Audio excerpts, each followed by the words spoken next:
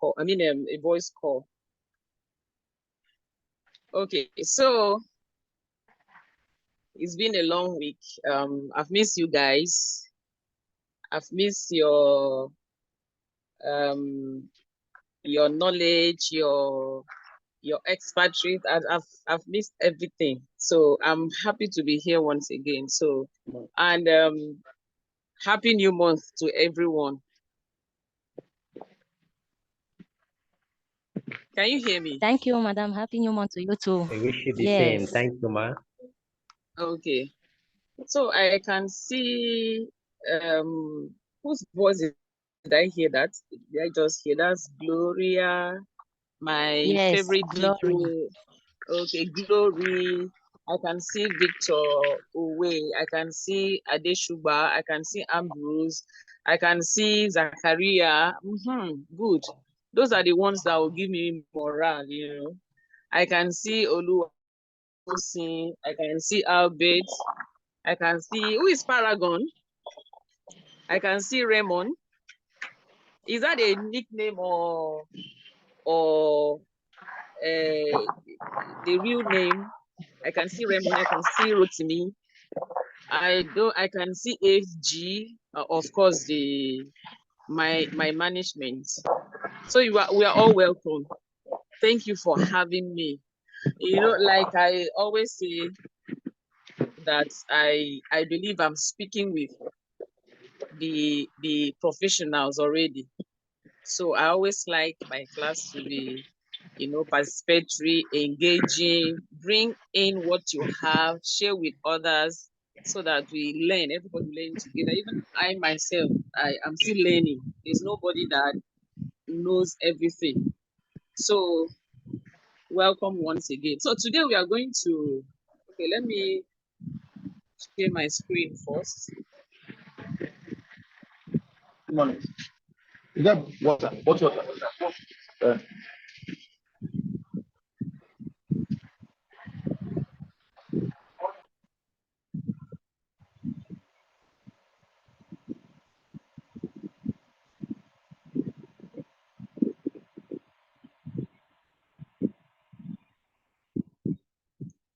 Okay, please, a minute. Today we are just having a little, so many technicalities and all that. So let me just,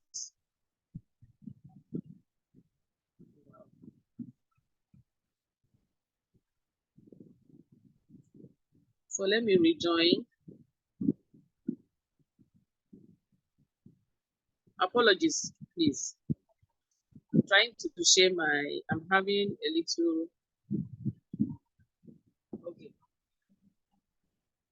So while I'm trying to connect my system, so today we are talking about risk management and resilience. So that's our topic. We are having two topics in one, and by God's grace, we are looking at finishing up within 1.5 hours, because risk management and resilience it shouldn't be a new topic to us. And then we move to supply chain management, sustainability practices. So that's what we have for today. But apologies, please. Let me try and connect so that I can share the screen, please.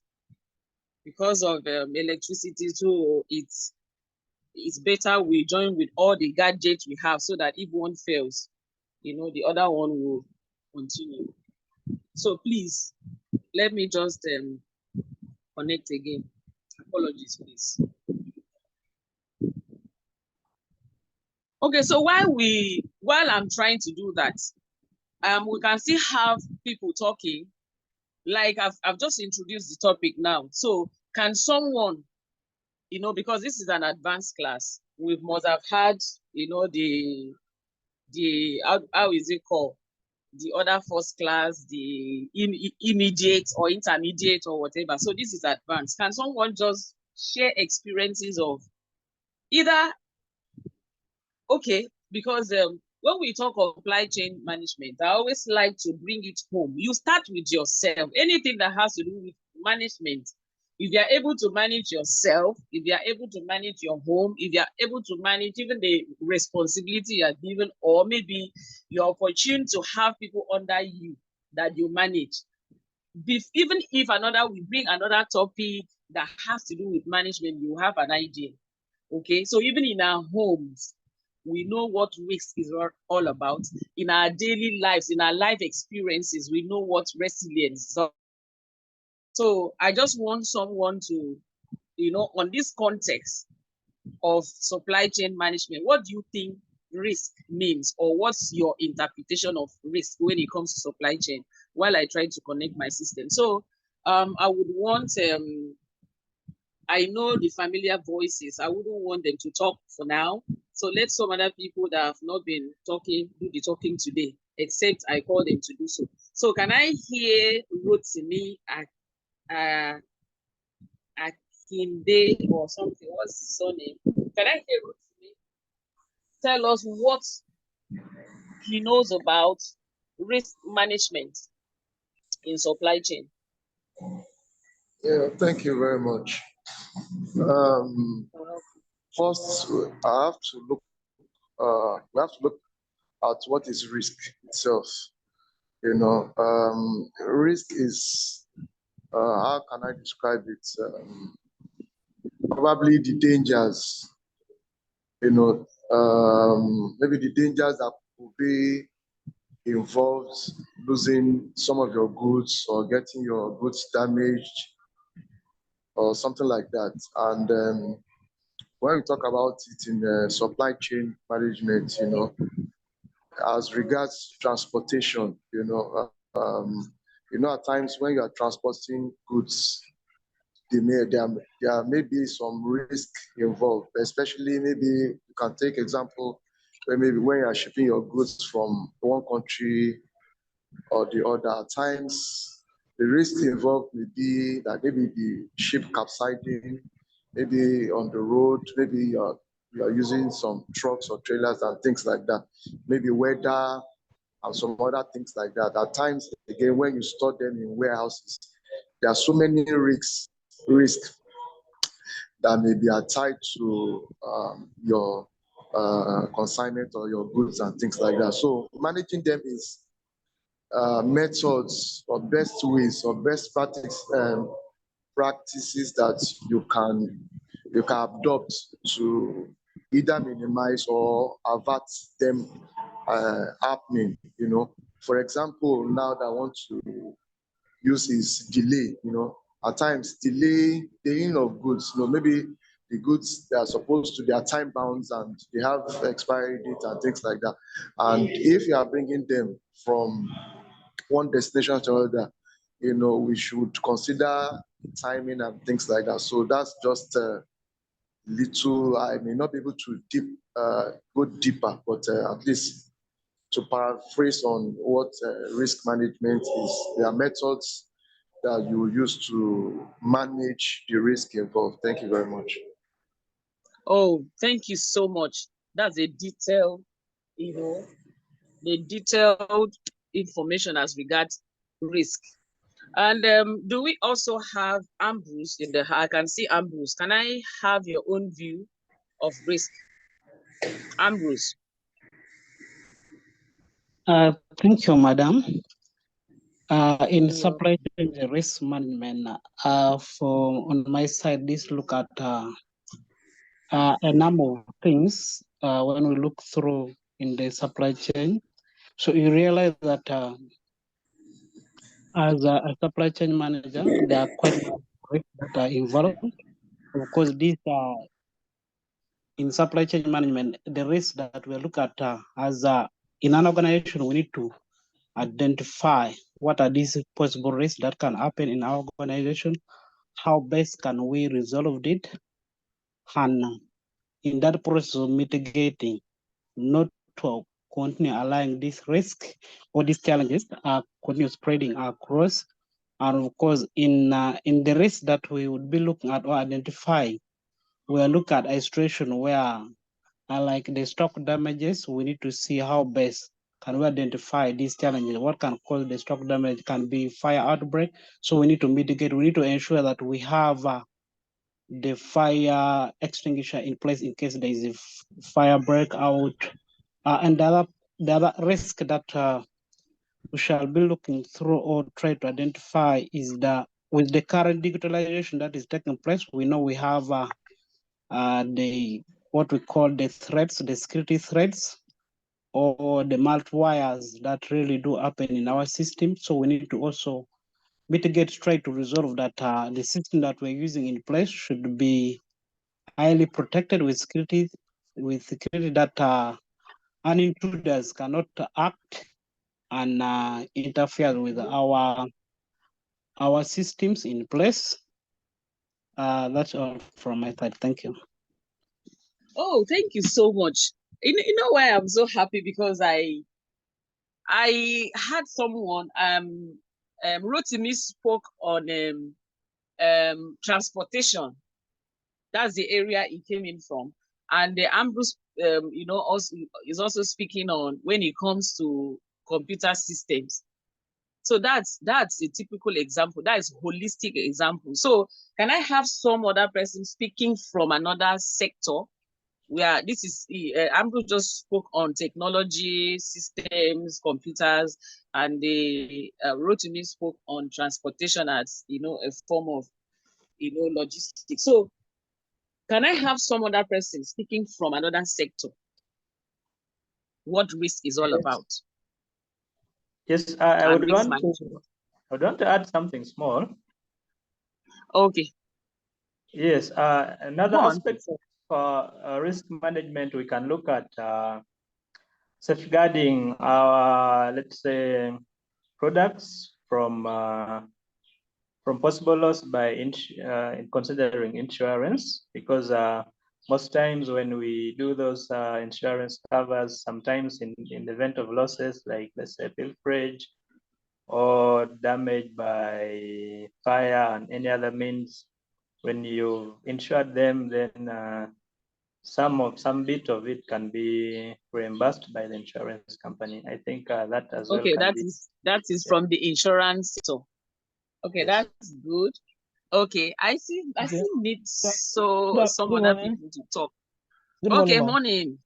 So good morning. May I know? Okay, Emmanuel. Your name, please. Emmanuel. Okay.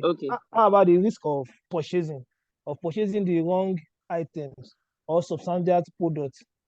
That's another part of risk. Okay. So. Okay. Purchasing substandard products and yes. May I hear that again, please? Purchasing of substandard products and low quality products and being sold in a high quality products being purchased in high quality. No, I didn't get that. Are you talking about a product that is produced using, the standard is low, and then you are selling it? Okay, I didn't get that, please. It's low in standard, but they are selling for you in the original price. Okay, that's the price is high, and then the product itself is substandard. Is that what you're saying? Yes, ma'am. Okay. Yes, ma'am. So where is risk there? I want you to explain further. Let's understand what you're trying to say. Where is the risk? The risk is there is that buying a low quality product.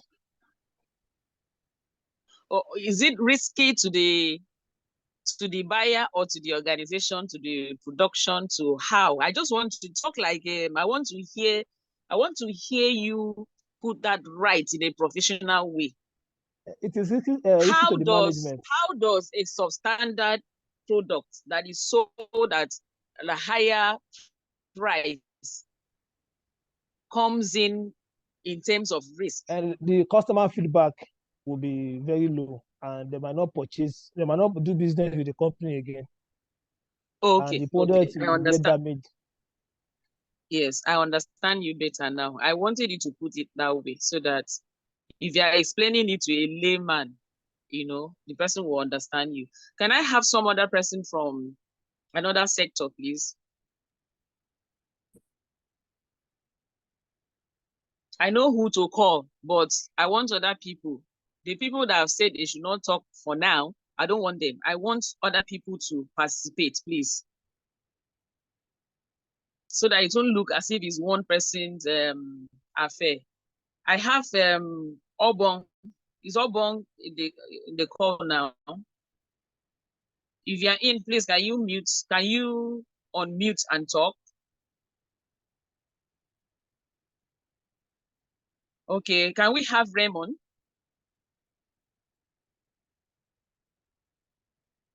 Can we have T?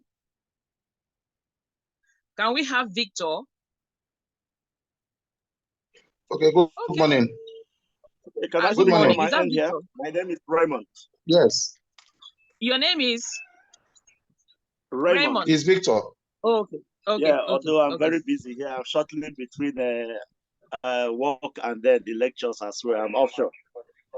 Okay. I want to talk briefly about risk management, especially when you we talk about when we come you to talk about the risk first and risk management.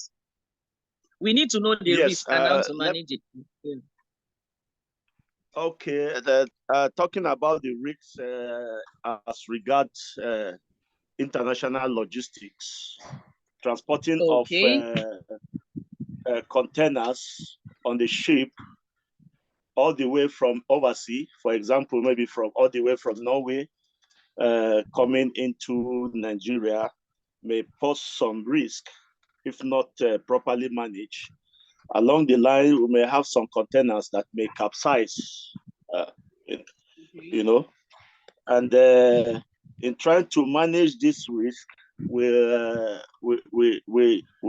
put some measures in place, plan accordingly to ensure that those containers does not capsize or fall below waters on the way.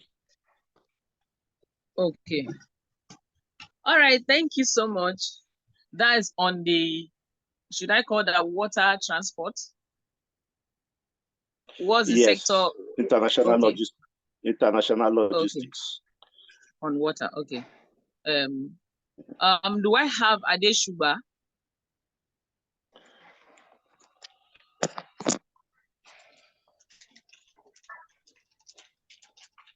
Adeshuba, please.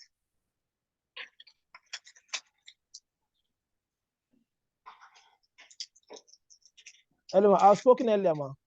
Okay, you've spoken. Okay, you're Emmanuel. Okay. Yes, can I have Tesu? Kwembe Tesu. Okay. I would like to comment on the risks, bring it to my job scope.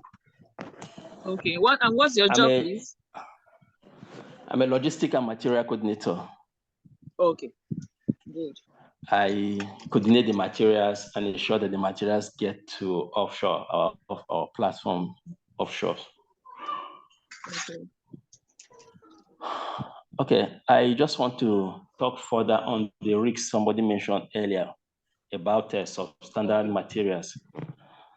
In my line of work, one of the major challenges we're having right now at the platform is that most of the materials getting to the platform are substandard. The company we place an order. The vendors or the suppliers will not supply based on specification. Sometimes the quality of the materials are below the standard or the specifications. So it becomes a risk. When they get to the platform, they have to send them back as returned materials. Okay. So that is one. Two, in trucking those materials from the base from our operational base to the port where they'll be shipped to the platform, there's the risk because the roads are bad, extremely bad, especially when it rains. So there is possibility of these materials. Most of the time, the trucks fall on the way. Okay. They get stuck. These are risks. The supply boats that these materials are loaded on for onward delivery to the platform, if they are not properly loaded, they can capsize. These are risks. Then, in the process of loading, please, Please, Mr. Raymond, can you mute? Oh, Okay. it's not In from the my process end. of Okay. in the process of Mr. Raymond. loading. Okay. Thank you. You can go on. Okay. All right. There's a time we had an issue where the containers were overloaded. One of our suppliers overloaded the container, and the crane offshore could not lift the container. It almost caused an accident offshore. These are all risks involving logistic and supply chain. Okay. Thank you so very much. We've all spoken well. Okay, for the last time, let's hear Zachariah. And it will be the last person to speak now until another time. Mr. Zachariah, can we hear you?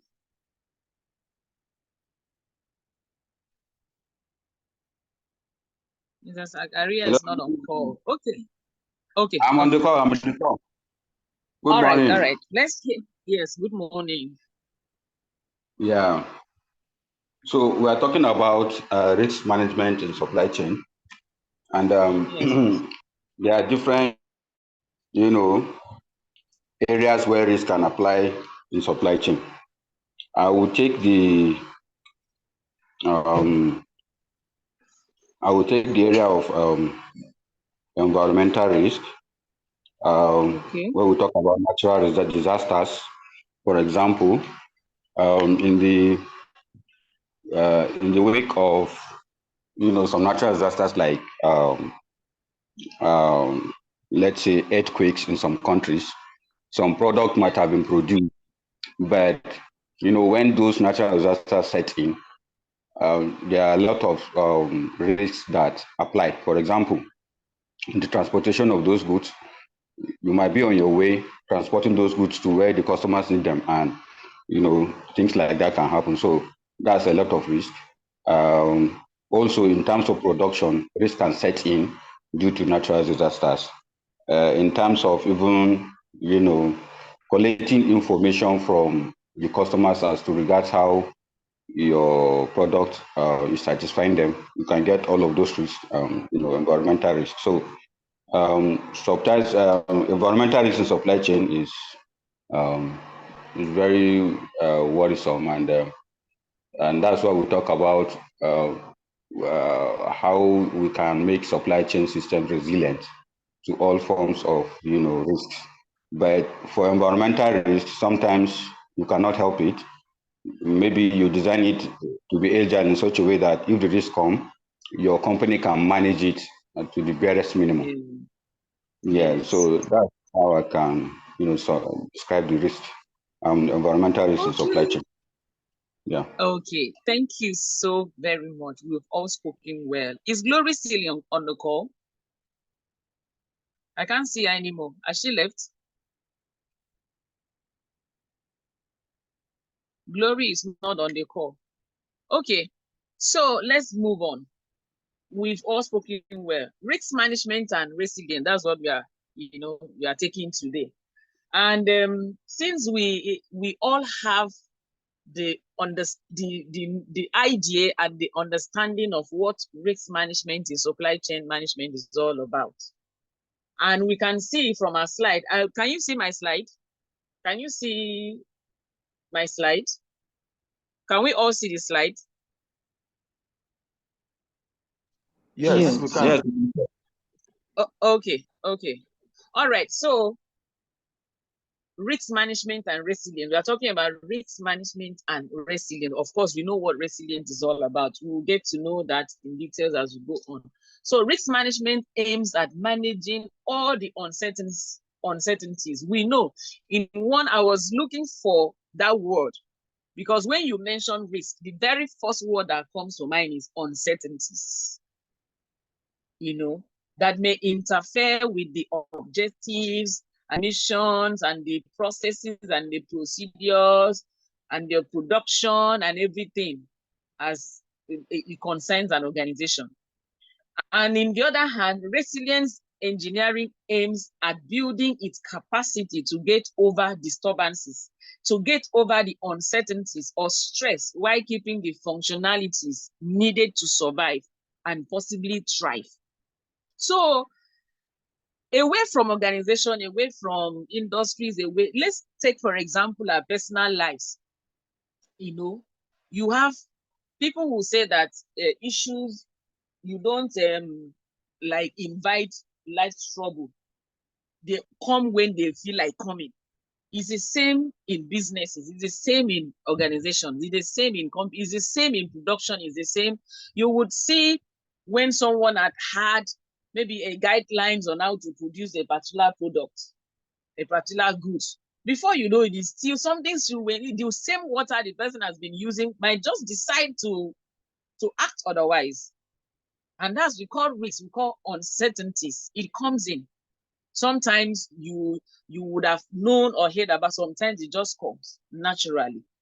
So the risk is there, and the resilient aspect of it is very important, because without this resilience, there's tendency that companies or organizations would never be able to come back.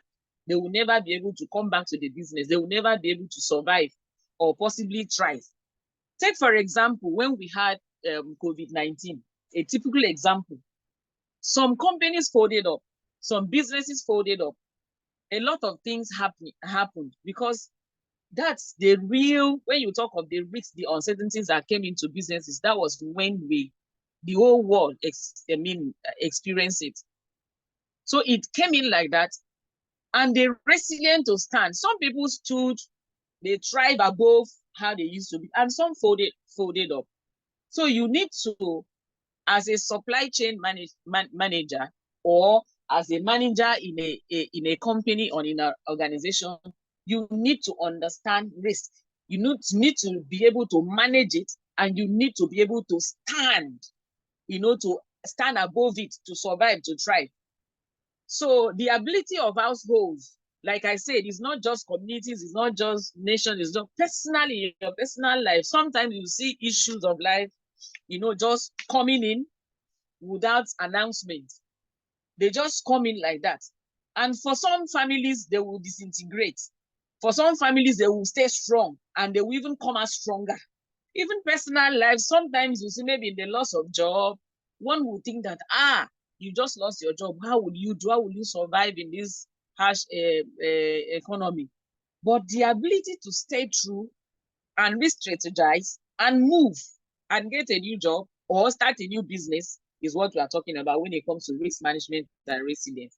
So the ability of households, communities, and nations to absorb and recover from shocks while positively adapting and transforming their structures and means for living in the face of long-term stresses, change, and uncertainty is what we call that resilience.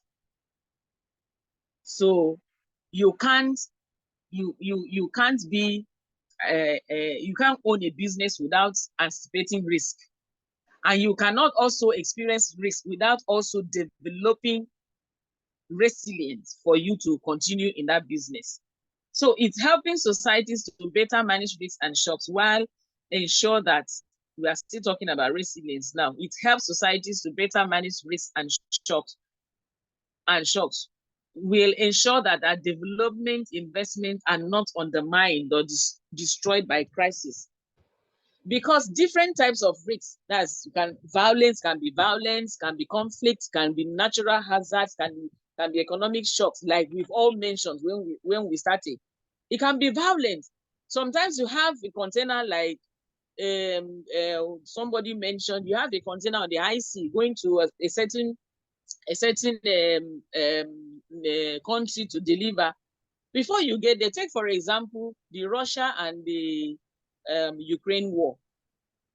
Conflict, violence, and you have something, probably you have maybe perishable goods or fragile items and all that, or something that can't stay maybe beyond 1 month before delivery. You have them there, and you are faced with this. Nobody told you there's going to be conflict. Nobody told you there's going to be earthquake.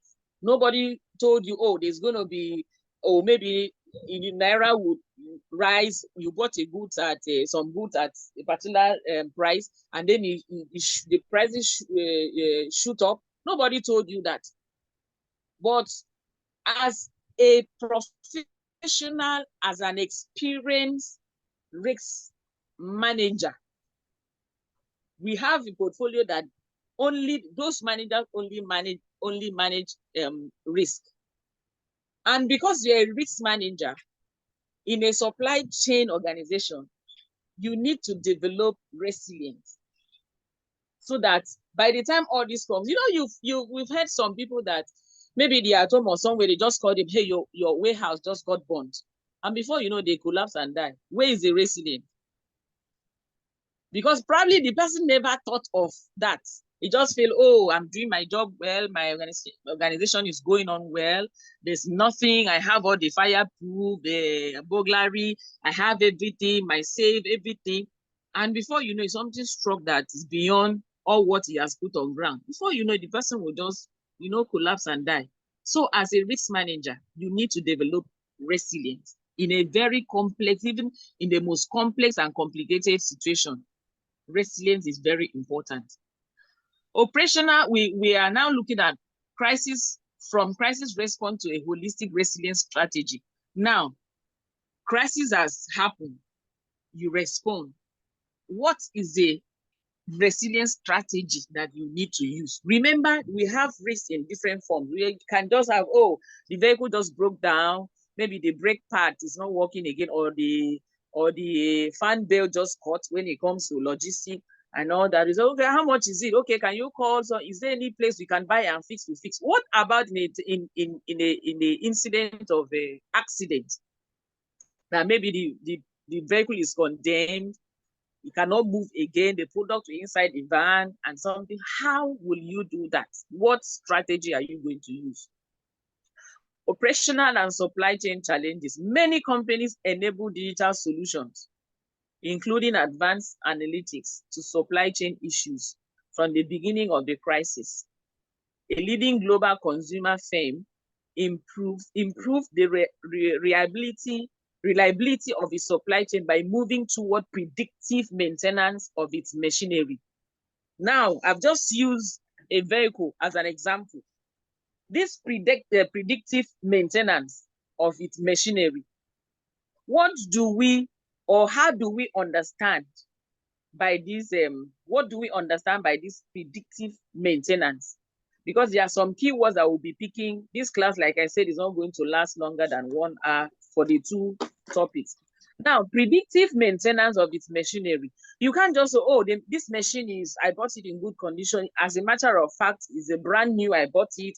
And they've given you the assurance that, oh, it's going to work for the next 3 years before breaking down. And you just assume, yes, we've got it. The assurance, this is what the paper says, nothing can happen to it. Not until after 3 years. And you bring the machine and it starts working. 2 months later, something happens. You were not able to predict maintenance. Like, we have some companies like that. When they buy machines like that, they buy machineries like that, they also buy the accessories, the parts alongside it. And that is predictive maintenance. Are we together?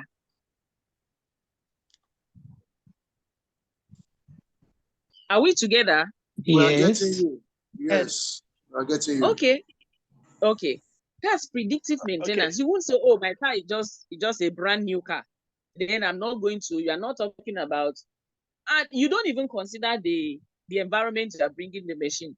Maybe you are bringing a product, a machine that was meant to be, that is manufactured in the US, where they have good roads, they have sustained power supply, they have everything on points that will make the machine to work for the 3 years that they have on the manual before breaking that, or before you think of change. And you're bringing that same machine to Nigeria, where, as we are speaking like this, I'm connecting, I have gadget around me in case this one fails, I jump to this one.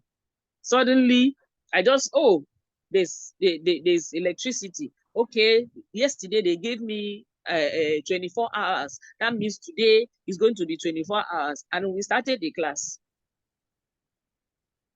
And my Wi-Fi doesn't have a power bank. I just assume it's like that. And I start the class. That is why you see apologies here and there. That's what we are. That's a holistic example I just want to use because we've all experienced it at one point or the other. Even this morning, it happened before we started the class. We just had the light we want to do before you know it. And because in that regard, if that has taught me to, okay, let me join the call with my system, with my backup system, and with my phone. So I'm predicting that there will be crisis, and I'm also building resilience. Is that not what I'm doing? Are we together? Are we together? Please, I need Yes, feedback. yes, we are. I need. We are together. Okay. We are together. We're getting you. Yes, that's predictive. I'm predicting that, oh, they might, they might take this light and something, the system can just decide to malfunction. What if that happens? Will I just end the class? I won't. So in talking about risks in supply chain, like I said earlier, you can't do without resilience. All forms of resilience in your predictive maintenance measure and everything. You have to like, be ready for anything. That's a layman word. Just be ready for anything. Nobody will die. Some people will say, if it's not business, we'll come back. Always prepare for the comeback. And preparing for that comeback is what we call resilience professionally. You prepare for that comeback. Sometimes you need to, in life, I don't know if any of us have been doing that. Not that you are actually anticipating a problem or a crisis, but you just sit down and like, okay, what if this happens? What if the job that I'm paid so much is taken away from me? What else? What if maybe as I had, I left my house with maybe 3,000 naira, my fare is exact 3,000 naira. Sometimes you think, oh, what if I go and something happens? Oh, I don't quickly see transportation on time and all that. What do I do? So even in our daily lives, we do all this predictive maintenance. We do all this anticipation of crisis, and in trying to say, okay, if my fare is 3,000, let me add 200 in case of anything. You're already building what? Resilience. So that's what we are talking about. In supply chains, from the supply of raw materials to the production, to supplies, to the customers, you always have, okay, what if the raw material you are expecting, today, okay, there's an order for tomorrow. Okay, between today and tomorrow, the production takes maybe like 20 minutes. And they say, oh, we are 2 minutes or 20 minutes away from the organization, to supply the raw material, and you're waiting and it doesn't come. And they say, there's crisis somewhere, there's a communal crisis somewhere. What will you do? Will you just sit back? At that point, what you need to do, get back to the production. Oh, we are expecting this is not. Get back to the consumers or to the customers, to the suppliers, or this is it. You prepare ahead. So you don't sit down until it comes and you just feel, oh, there was a this, there was a that. You have to be 10 steps above the crisis. And that's what resilience does. So, like I said earlier, using COVID-19, when we had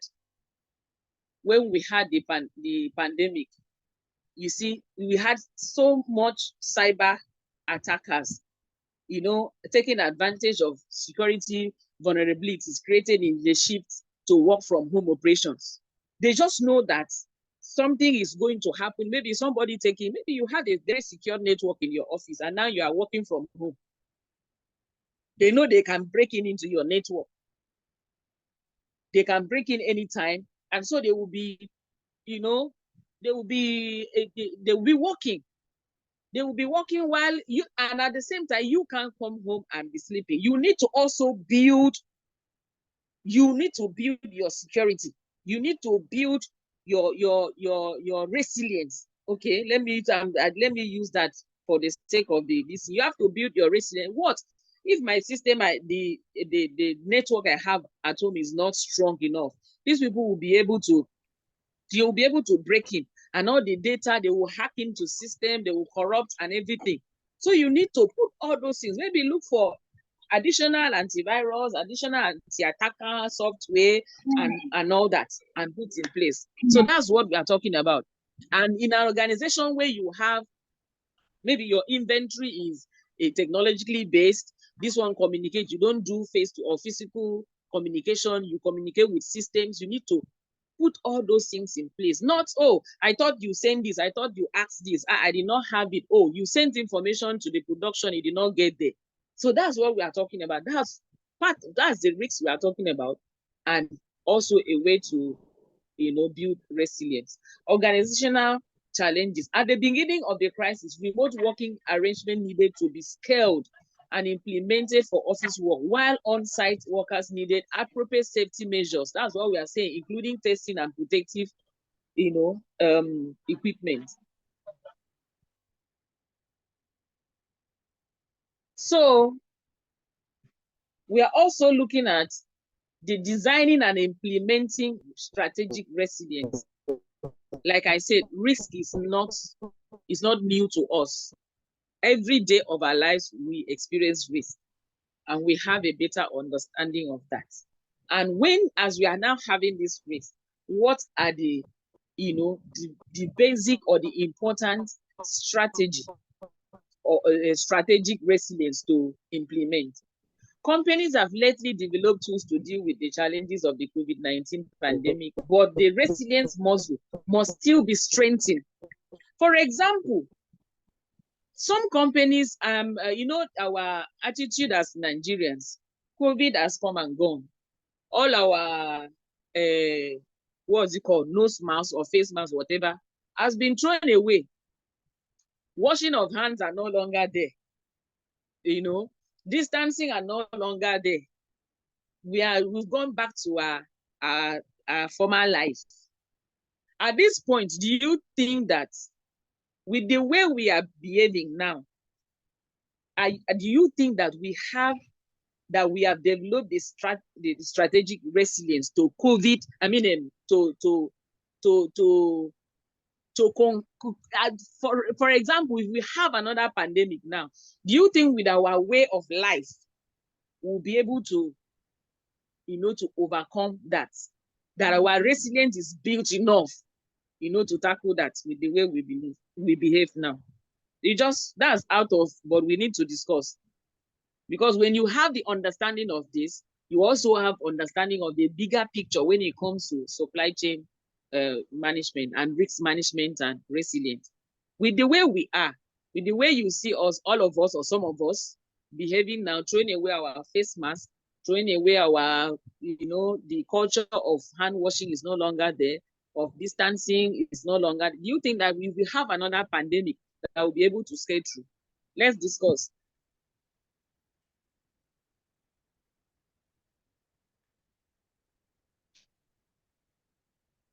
Are we here?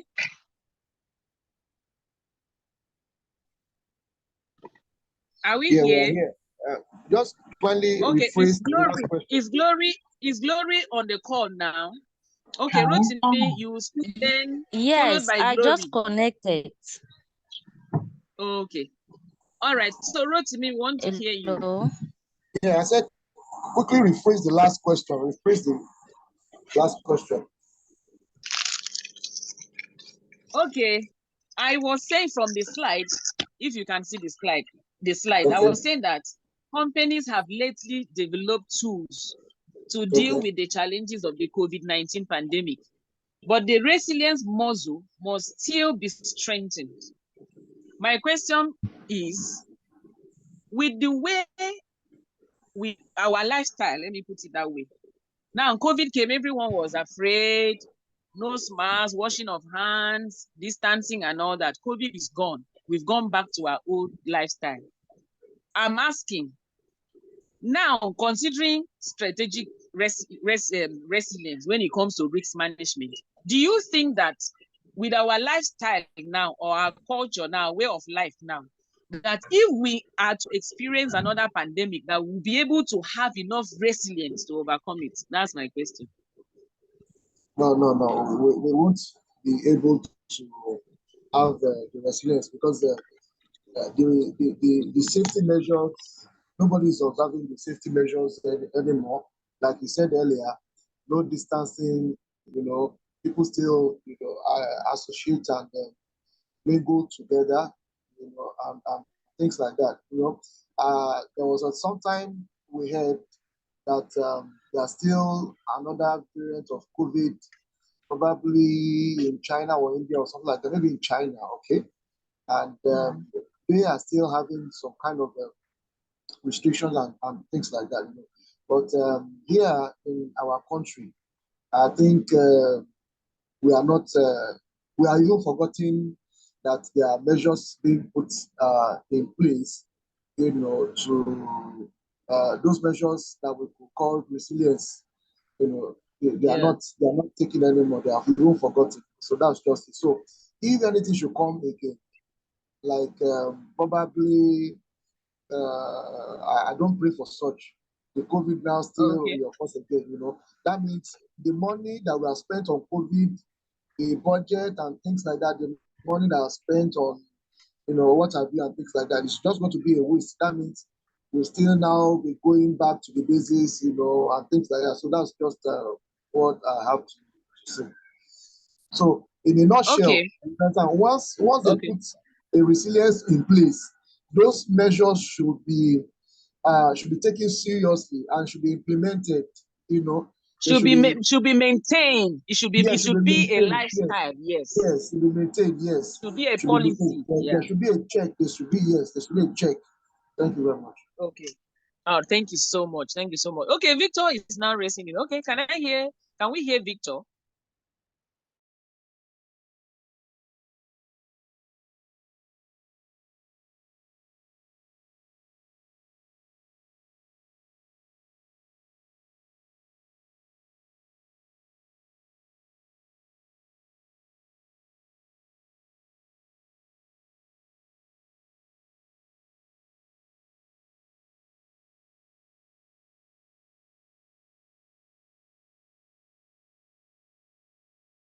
To manage it. Over. Okay, so you are 100% sure we are in a better place to manage any other pandemic. Okay. Yes, because there are measures and policies in place. Okay, but what if the measures are not being followed through? Or are you also the measures are there? The measures are there. Like me, do we have the follow through of the measures by the citizens, by Nigerians? So if at the outbreak of that pandemic, everybody will adjust him or herself, because nobody wants to get caught with a disease or a virus and maybe die. So there's a lesson, or there's an experience from a past pandemic, and which everybody will draw from and take continue the measures. Yes. Okay. All right. So without wasting time, okay.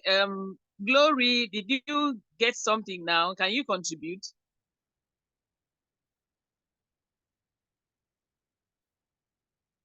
She's out again. Hello. Okay. Okay. Hello. Yeah, can you contribute now? Yes. Okay. Yes, I can contribute now. Okay. Well, I think in this situation, there's an aspect of behavior change that is involved. We might not really be that prepared. It might likely be like the same situation as before, because there are many things that we need to remind people, take it over, and then still use many more resources. People have already forgotten about all the safety measures that they were educated on. and they are not even practicing. So if such a situation comes, I think that we are still going to go back to the same, because there's no maintenance process in place. That is what I want to. We only know about those policies, all those things put in place, but we are not following through. All right. Now, bring it back to supply chain management. Bring it back to risk management. All right. This should be something that when you face, like when we started the class, someone mentioned a substandard product sold at a higher price to the consumers. And the risk there is that when consumers find out, they will never come back for a repurchase. All right. And so we've had organizations, we have companies that when something happens, when there's a risk or uncertainties, they will just at the moment just put measures on ground so that they will not, run out of the business or shut down, or however. They will just do it and put everything, make sure that everything, be calling their customer, we are back, we are sorry for what happened. But immediately after that, when they've gained the confidence of their consumers back, they will now unconsciously go back to the former state. So this is where we are talking about resilience. When risk happens, you are able to stay through the risk. You are in trying to build resilience, which is a must. You should be able to follow through with your guidelines, with your policies, with your regulations. It's not something you go, thank God it's over, you go back and sit down. So as a risk manager, you have to be predictive. You have to always be on your toes. There's nothing like, this season is gone, let us sit back. If you had a bad product, maybe you are supplied with a raw material that defected the production, you should be able to maybe put measures that it's not even you should be able. There should be measures that when they come, you should have quality control operations on procedures on ground. Now they have to test it. If you so trusted your raw material suppliers, and for over 10 years, we've not had any defect on our product or no error, nothing. And then after 10 good years, it happens. When it happens, will you go back and say, that was just a mistake, it will not happen again? You would always want to. It's advisable you put on measures on ground, control measures on ground. So first of all, check the raw materials before you take it in for production. And also make sure there's a control, there's a test and control procedures before you take it out. It's not something that you say, yes, we've done it before, and we can do it. We've been dealing on this container business by God's grace. There's nothing like there's God's grace, and there's nothing when you want to do business, do it right. Put all your measures on ground and develop your predictive, measures, your predictive risk measures and your predictive maintenance measures on ground. So that's what we are trying to, all the English we've been speaking since, that's what we are trying to establish. Are we good to go? Are we together? Yes, madam, we are good to go. Only Gloria that just came in now is good to go. What about others? Good to go. We are good to go. Okay. So resilience, as we have been defining cannot be achieved in a solid approach. What I mean is, you cannot just is it not me? Is it not our company? And nothing is happening. No, you don't have. You need to really sit down, take out bias, take out sentiment. Don't stand on emotional standpoint and say, okay, it's like that. They know us. They cannot leave us. No, they will leave. Consumers, customers will always leave, no matter what. As a matter of fact, if you've been as a company, having a product for years, you should, that's even the best place for you to even stay put. Not like, oh, after 10 years, we've had companies that they've been thriving for a number of years, but just a single error, they are crashed and they are not able to come back. All right. So we have to be, resilient and all that for a number of reasons. Few institutions have built sufficient strategic resilience. The goal of becoming a resilient company can sometimes run counter to the more immediate objective of value creation. Building redundancy in supply chain builds resilience, but it also increases costs, reduces returns on investment, and thus can make resilient a tough sell to business leaders. We've talked about this thing. There are people like sometimes there's need for you to just, hold on to production until you find out what the problem is. But some people will look at that point, you will not make more profits. You might not even make profits. But because of it's very tough. How can we not produce? Don't you think before we get back to the market, we would have, I personally am very observant that when I go getting some household, goods and all that, you find out that there are some products that maybe you've been using for as many years as possible. And then you get to the store, you don't find them again. Unfortunately, in Nigerian system or somehow, they will not even be able to tell you the true state of the matter. They just say, okay, we are bringing them back next week, come next week, and you keep going. You don't see. Sometimes you see that by the time that same product eventually comes, either the packaging has changed or they've improved on the contents and all that. But how many companies will be able to say, okay, for the next 3 months, we're not producing this, we're not sending this to the market.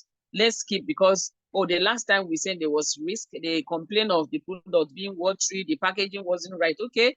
And that's a risk to us. If we keep doing that, we lose our customers. So instead of losing customers and shutting down, let's keep ourselves, or let's stop production for the next 3 months until we improve on. That is always a big challenge when it comes to this resilience we are talking about, because like we've seen here, it increases costs in rebranding and recreating, reinventing, renovating. Costs will definitely come in, and it will reduce return on investment, definitely.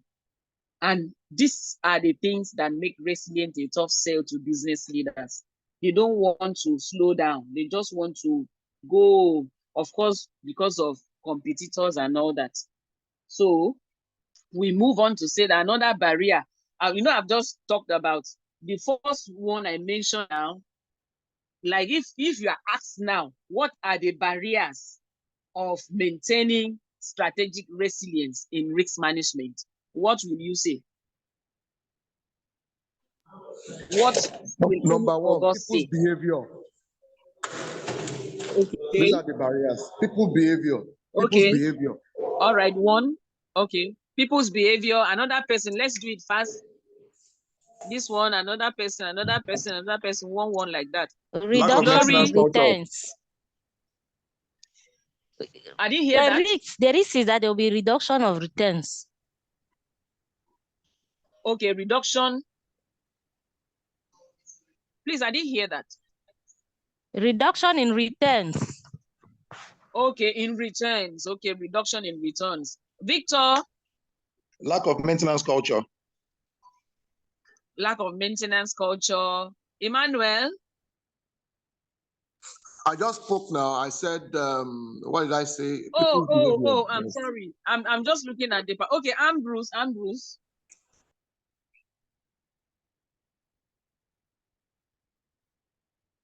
Zachariah?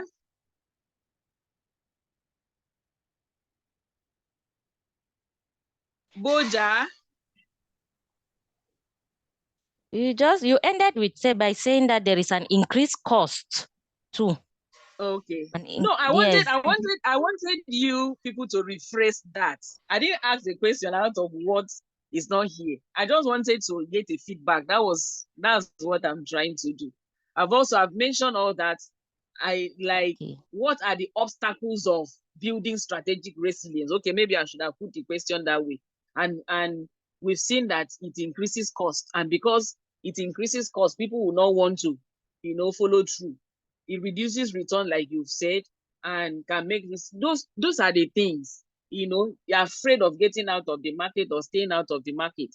Another barrier is organizational forgetfulness. We've mentioned this before when we talk about COVID. Now we have forgotten that, when I come home from work, I'm supposed to wash my hands first. Companies must have forgotten that when they have raw materials from their supplier, there should be a control measure. There should be a testing procedure to see that if it will measure up to, the standard of the raw materials they want. Companies tend to forget so easily. Human beings tend to forget so easily. Those things that worked for us before, we just say, it worked, and it will continue to work. So resilience is not needed every day. Big disruptions are not happening all the time. It's not all the time. And this is why people will say, maybe it happened today. That means they just assume the next 1 month it will happen. You understand? Risk is not something that you can, okay, it's coming, and it comes. So because of that, people tend to forget. They feel that I don't need resilience today. I beg, let me just relax today. Let's just produce this thing. Let's just get it. Hey, time is going. And before you know it, big disruptions are not happening all the time. Big disruptions do not happen all the time, no doubt. But the importance of resilience can be forgotten between big crises. This trigger big investments. But the next crisis will not necessarily be recognizable as a repeat of the last one. That is how life is actually. You would be asking sometimes we see people going through stuff. Maybe it happened the first time. The person just and it's happening again. Unconsciously, you are tempted to ask, so what was he doing? What was she doing when the first one happened? Why didn't he do this? Why didn't he do that? So that's what we are talking about here. It's the same thing we are talking about here. Something happened, the product, we were not able to get it from the semi-solid to watery and that. So, okay, what should we do? At that point, you should always visit your guidelines, your production guidelines. Okay, I've been producing this product for the past 10 years. You don't sleep like, I know it all. Always scan through it, look at it before you go and do that. So over time, the effort to achieve strategic resilience peters out and new leadership priorities. That is just that when you bring new leaders, new managers, they want to do their own way. They want to, we have been doing this, what was on that? But all what we are talking about here is for you to anticipate as a business owner, as an organization, as a manager. You need to anticipate risk and develop strategies of managing this risk. And also develop strategic resilience method for you to stay above the risk for future occurrences. Are we together? Yes, madam. Are we together? Yes, okay, we're so together. Yes, I want Rotimi to just give us in 2 sentences what the topic of today is all about. Then we move to the next topic. A quick one. Rotimi, please. Yeah, 2 sentences. That means, yes. Yeah, we talked about risk. That's the dangers. Then how to avert the resilience is how to navigate through them or how to avert them. That's just what I understand. Okay. Measures to be put in place against those dangers, to avert them from happening. Okay. Do we all agree with Rotimi? Yes. Okay. All right. Thank you so very much. So, or does any other person want to add something to it? 1 or 2 people that wants to add something to it, so that it won't look as if it's only Rotimi that learned something. 2 more people before we move on to the next topic. I've not heard from Sarah. Oh, Ogechi is in. Oh, welcome, Ogechi. Ogechi, welcome. Sarah have not spoken. There are so many people's voices I've not heard. I don't know what's going on. Okay, so someone wants to talk, please. Let's hear you. 2 more people to tell us what they learned today. Hello. Oh yeah, Glory, go on. Hello. Yes. Yeah, we Well, can from hear the you. summary of what I got, yes, from the summary of what I got, I think that when there are risks, we can the business, when there is risk in a business, the outcome can be catastrophic. So as managers, we need to anticipate, identify some of those risks, and be able to put in place measures and strategies in order to manage those risks when they do happen. Okay. All right. So in this, the next person is going to like answer a question. So what do you think are the measures that we should put? We've said all that in the context of the topic. What do you think are the risk the measures, risk measures that we should put up against future occurrences in your own way, your own word?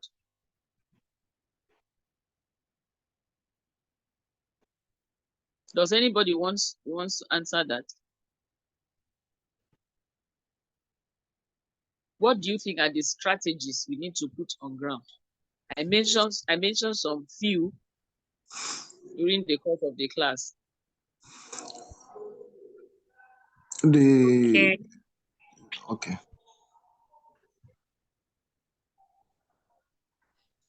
Hello? Yes, I can hear you. Yes, I think one strategy is that we want to standardize procedures and put them in place such that, yes, those procedures can always be followed. And then the another one also is that to ensure quality, we also need to put in control measures. Okay. Yes, that's what All right, I got. That's a good one. Any other person? And that's the last person to speak, please. Any other person? She has said it all. I just want to add strict compliance, strict compliance, you know. Strict compliance. Yes, yes. That is it. Okay, thank you so much. And I think we give ourselves 5 minutes, okay? 5 or 10 minutes, and we come back for the next topic, which is sustainability, practices in supply chain management. So 10 minutes, please. Or it's too much? Or do we continue? Let's continue.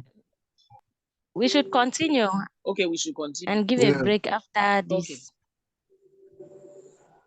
Okay. All right, please give me 5 minutes or 2 minutes. All right. It's okay, Miles.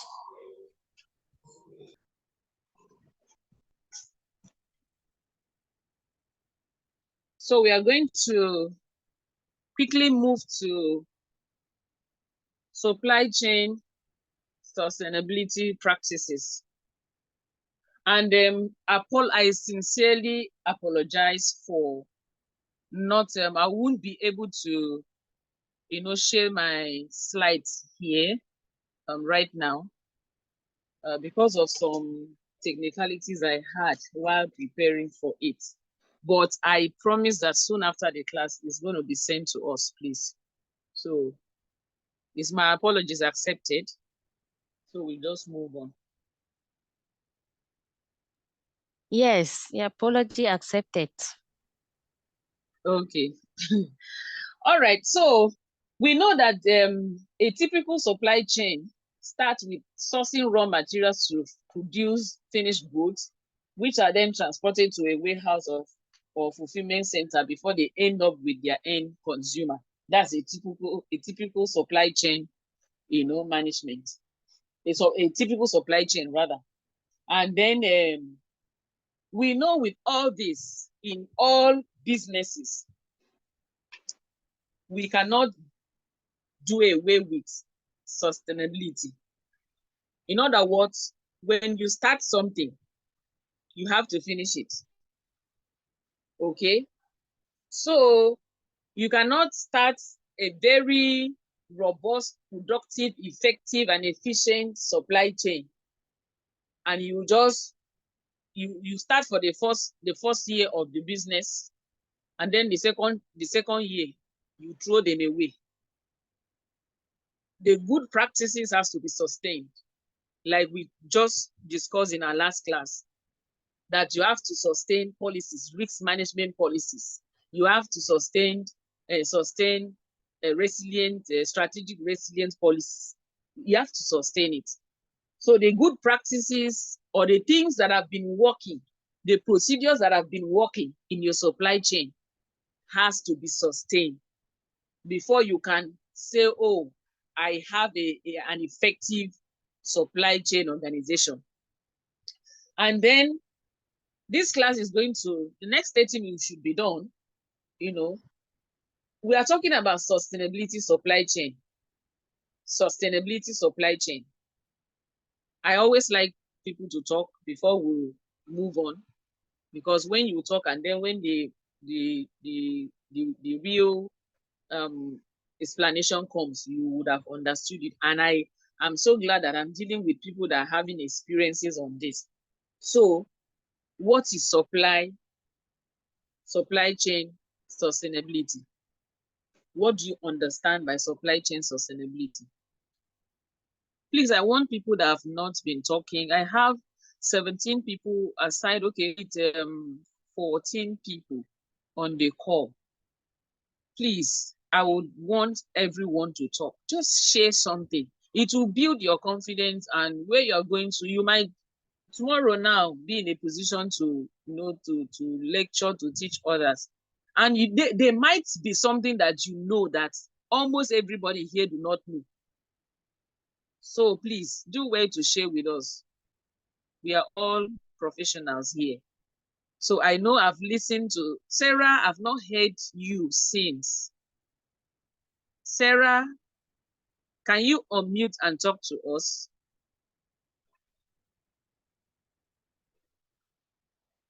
Even if you don't say, can I just hear your voice that you are here? Because some people just join the call. They will go to somewhere else. You think you are talking to 14 people, but only 3 are actually here. Sarah, are you on the call? Okay. Okay, let me try, madam. Okay. Yes. Maybe I will supply chain sustainability. Maybe I will talk in the context of health. My understanding is that is one that ensures the well-being of the people and ensures continuous availability of the products that are required for the well-being of those people across the chain. So it's all about managing risk and making sure that at all times, whatever the supply chain, whatever product is involved is available, and that the people who need them, their lives are improved because of those products. So that is how I look at supply chain sustainability. One that is able to continuously render the services without any interruption. Let me say uninterrupted services. Yes, at all times. Okay. You've just used the exact word I wanted. Uninterrupted processes, uninterrupted procedures, uninterrupted services. That is what sustainability is all about. Another person, please. Ogechi, are you on the call?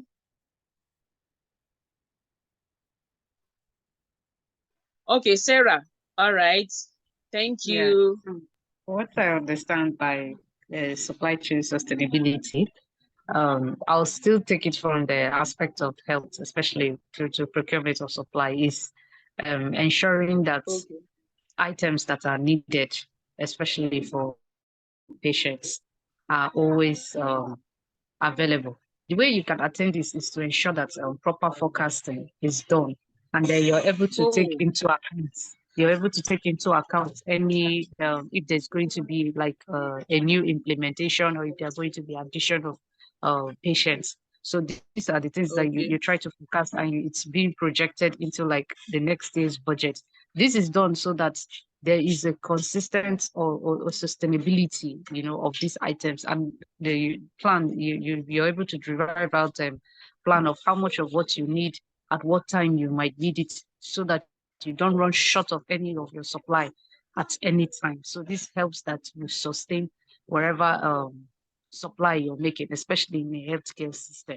That's what I understand by supply chain sustainability. Oh, okay, that's perfect. That's perfect. One other person before we move on.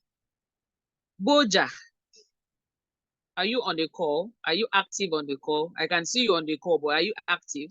Boja, if you're active, can we hear your own?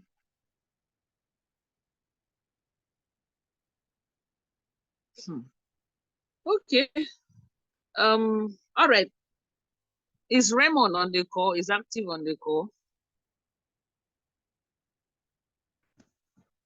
All right. Since no one wants to talk again, so let's move on. Like I said, a typical supply chain starts with outsourcing raw materials to too, and it must end with the end consumer before you can say you actually a supply chain organization. So we now ask, what is sustainability supply chain? This refers to the effort made in planning and executing policies. You plan and make policies, processes, materials, and technologies across all logistics systems and operations that are geared towards making a more positive impact, to the people. It might be environmentally, it might be socially, and it might be economically. It might be medically, like we have medical, personnel on the call. So there are those efforts you make in planning, in executing. Yes, Sarah mentioned a very important aspect. She mentioned proper forecasting. Yes, when it comes to supplying your consumers, not the one. All of us, we must have had this experience at one point or the other, or if not now, where you have products. You have product. Okay, I like using products. Okay, let's talk about policies now. You see policies, especially in Lagos State, where I am. Now, maybe traffic policies do not drive one way. If you drive one way, now Babajide's government is in place. He's so strict on those policies, those defaulters and offenders and all that. Before you know, another government comes in.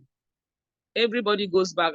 This one are my guy. This one no, the one way accident here and there. Now, we've seen a clear policies that have not been able to sustain. We've not been able to sustain that policy. The same thing is applicable to organization, production, maybe service organizations and all that. They have policies, they cannot sustain it. Today is, henceforth, we'll be producing 10 cartons of Indomie. Tomorrow, you see, it was this, it was that. And consumers are waiting. We need this, we need this. We cannot sustain that availability of that product or the production of that product. Or sometimes you get to stores, you get something, you like it, you go back, they are not able to see it. Either they are having deficiency in their logistic, in their own logistic chain. They are having issues there. Maybe it's the delivery, maybe it's the production and all that. And sometimes in our own layman language, just like these ones are not serious. I have said that to a particular brand. Like, why would you do manufacture or make this product available? And people so love it. It's so like, it's so good, the standard is okay and everything. And then we'll come back, we cannot find it. We can't find it. And you'll be looking for close substitute and stuff like that. And at that point, you just like, these ones are not serious. So you see companies that are actually not serious, you know, that refers to their inability to sustain their supply chain, inability to sustain their production, inability to sustain their supplies. It cut across from supplying to production to delivery, everywhere. So as a typical, supply chain company should be able to plan and execute policies, plan processes, execute processes. Materials should always be available. Your technology should be there. Your logistics system. There's nothing like, oh, we were not able to supply. We don't even know when we are supplying you. We should be able to sustain. Oh, it comes, instead of going down, it should even be improved on. Maybe you used to use you use van that when rain falls, it actually soak the cartons of the product. We should be able to even improve on, not like, oh, we are not even able to use van again. We'll be using Okada to come and supply you. No.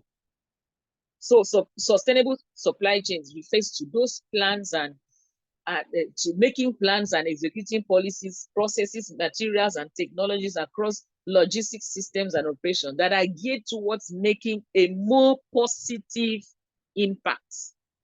We are talking about more positive, not negative. Positive impact. It might be environmental, it might be social, it might be economical, it might be medical, health-wise. You'll be able to sustain it. And then when we talk of this, we are talking about this ranges from how products are made. I'm trying to break it down. This ranges from how products are made to the type of packaging used for shipments, to reducing the environmental, maybe in a production that in a company that produces, and then you send the buy, maybe gas are going out and all that are not health, they are not health good for human health. Should be able, all those things are put together, should be able to offset last minute delivery, last mile delivery, and all that, all those things put together before you can say that, oh, my supply chain is sustainable. Everything, your packaging, your supply, your delivery, your policies, the human, the machines, everything put together and all that. And we now say that supply chain sustainability is becoming a primary focus in supply chain management due to the major impacts businesses has on our economy. Society continues to shift towards a more sustainable, future. So we always look at that. How can we keep this? How can we maintain this? Instead of going back, instead of talking negative, oh, yesterday the product was okay, today it's not okay. Instead, it should be, oh, yesterday was this, oh, today is better. So the objective of a supply chain sustainability is to limit, number one, you have to limit environmental harms. It's not because you are producing, you are a manufacturing company, then the people that are living around should not live a healthy life. No. It shouldn't mean that your consumers should be paying through their nose because you are trying to sustain your business. No. And at this point, you now ask, why is supply chain sustainability important? Why is it important? Why is it important? Why is it important for us to sustain our supply chain processes or procedures?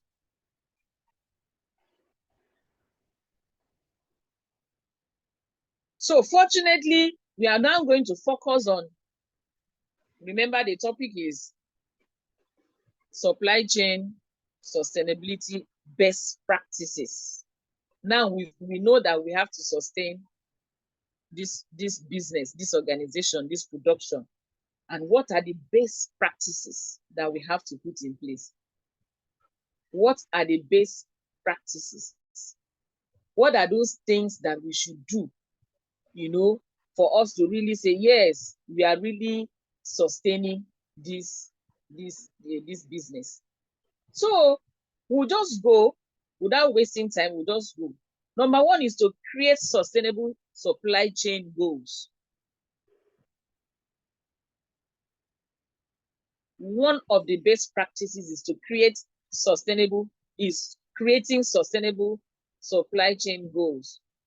In other words, kicking off your sustainable supply chain journey by listing out the goals you and your team would like to achieve and how you would track those goals. It's not just you setting goals. Okay, henceforth, this company or this organization, we have to be in a month, we need 1 million cartons of Indomie, and it must always get to their, so not send in their orders or their requests and maybe two weeks after before we supply. We must always have this, taking your inventory into consideration and all that, putting your demand forecasting and, you know, all those things in place. And then you just make those goals. Bam, this is what we want to do. You should be able to achieve, you should be able to track by going, of course, you have your data. This is when data collection and you analyze those data. Oh, in the past few weeks, were we able, as book or regulation and all that, were we able to do as we said? You need to track these goals. Yes, we were able to do. Oh, no, we were not able to do. But on this, because sustainability, the positive impact, so it has to be positive. If you're not achieving any positive impact or any positive goals, that means your sustainability is questioned. So you kick off your journey by listing out the goals you and your team would like to achieve. Remember, we always, you know, major on we always say this.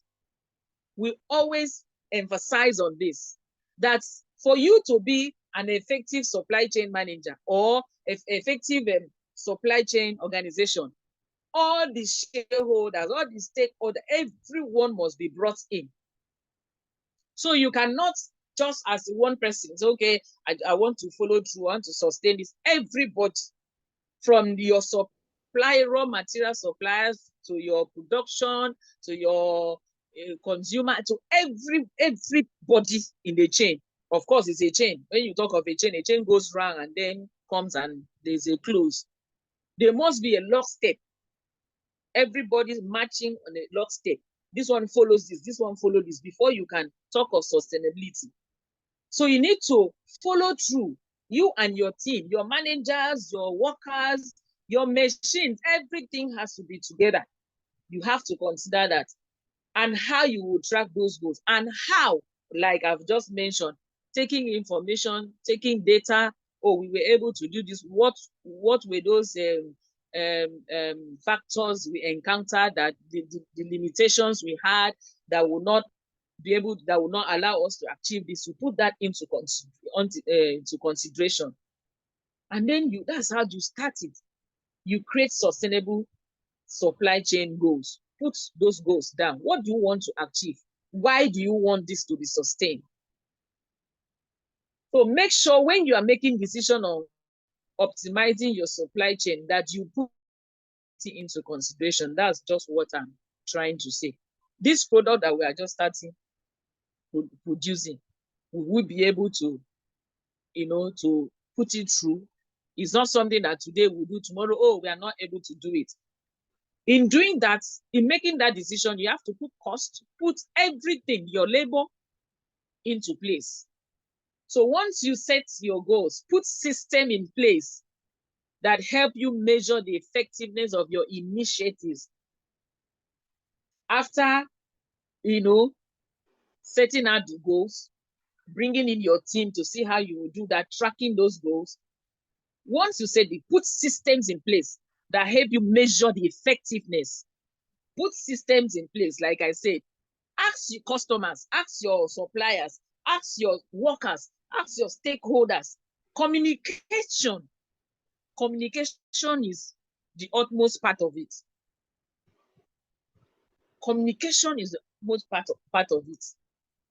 Of course, you cannot get information. Oh, you've said, okay, we want to be producing this, we want this number of this, we want this sent to this at so time. Did you go back and say, oh, were we able to do that? And okay, if you say we want to produce this, do we have the raw materials on ground? Do we have the labor? I'm talking about the people working when I mean labor. Do we have the machines? If you are using machines, do we have the machines that will be able to do this and will not break down midway production? Do we have your logistic system on ground that will take care of delivery? Not the one that after production, all the vehicles or whatever means of delivery system you are using will break down and the goods will be there. You have inventory stock up. Do you consider all those ones? So you communicate with your production staff, your production, your delivery, your logistic department, and all that, for effectiveness of the initiative and strengthen any related effort by communicating them to customer. You communicate if there's anything that you want to, that oh, it's not this, immediately you have to beforehand always be ahead. Remember, we just talked about risks and resilience and all that uncertainties. You always have to be ahead of whatever circumstance or whatever limitation. Communicate on time to your customers. Communicate on time to your supply chain partners and other stakeholders. That's way to create sustainable supply chain goals. And then number 2 is map out your supply chain to identify wastes. Are we together? Yes, we are together. Yes, we are. Okay, I need more voices, so I need to hear more voices. Are we together? Yes. If you have not spoken before, I don't want to hear Glory's voice. I don't want to hear. Okay, are we following? Does it make sense to us? Not just following. Am I talking sense? Is it what we know or what we should know?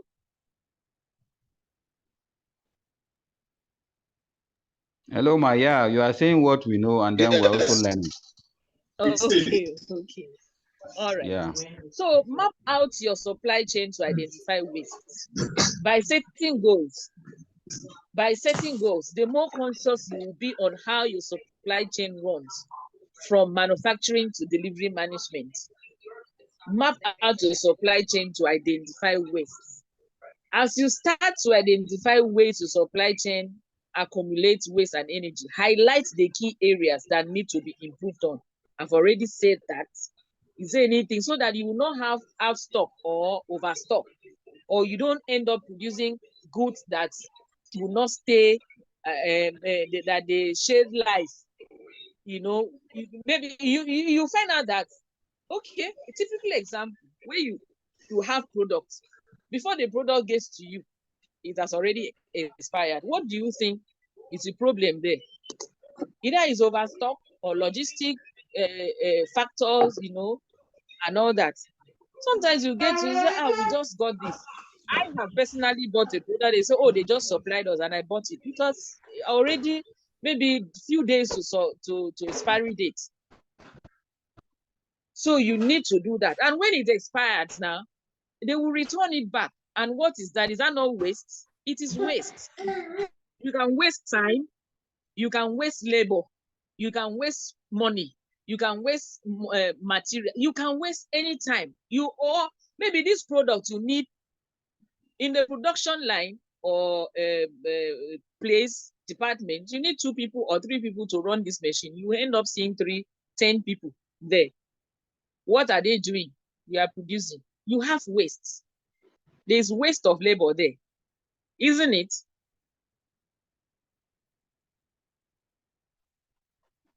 It is. Okay. You have waste of labor and you have waste of time, waste of resources, waste of money. The time you would have produced, you would have supplied, you would have come back and you will produce, you will supply, the time is wasted. So when you do this, when you map out this supply chain, your supply chain, you should be able to identify wastes. Like I said, the waste cut at time, money, and all that resources. So as you start to identify ways to supply, your